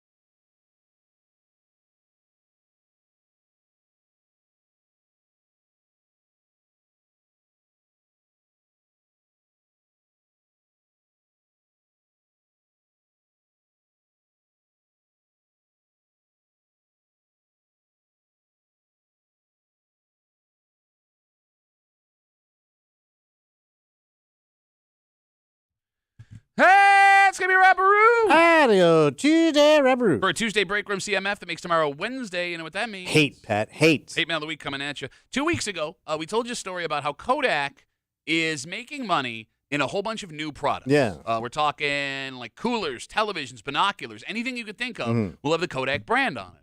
Kodak is not making these things. They have decided to license their name and logo to companies just making whatever they're making. Yeah. And our good buddy, David Andrietta, wrote an article about this in the New York Times. In having this discussion, we talked about whether or not people from Rochester would be excited to see this Kodak brand all over the place. Yeah. And I had said probably not because of the underlying anger that still exists. Sure. Based on how everything ended. One man disagrees. Oh. Strongly, in fact. He's an old Kodaker. And he is here to say, what does he say? Not only does he think this is Kodak's way back to booming business, that everybody in Rochester, doesn't matter how it ended, should hold Kodak up on the highest of mantles forever and ever. Amen. Okay. So we'll get to that and a whole bunch more. Also, we have more Paul McCartney tickets for you tomorrow. Pre-sale for Paul McCartney goes on sale. It's in like 3 minutes. And if you are not signed up for first access tickets, you can do it right now at paulmccartneygotback.com. What? That is not a porn site. That is the actual site you have to go to. paulmccartneygotback.com. More Paul McCartney tickets for you tomorrow here in the break room on CMF. Time to get out of the way for Kimmy, who still has not told us one good moose vagina joke. Yes. I don't have any of those. Sorry. For Tommy, who you could comfortably fit in one moose vagina. My name is Pat W. We'll see you tomorrow morning in the break room, 6 a.m. on 96.5 WCMF.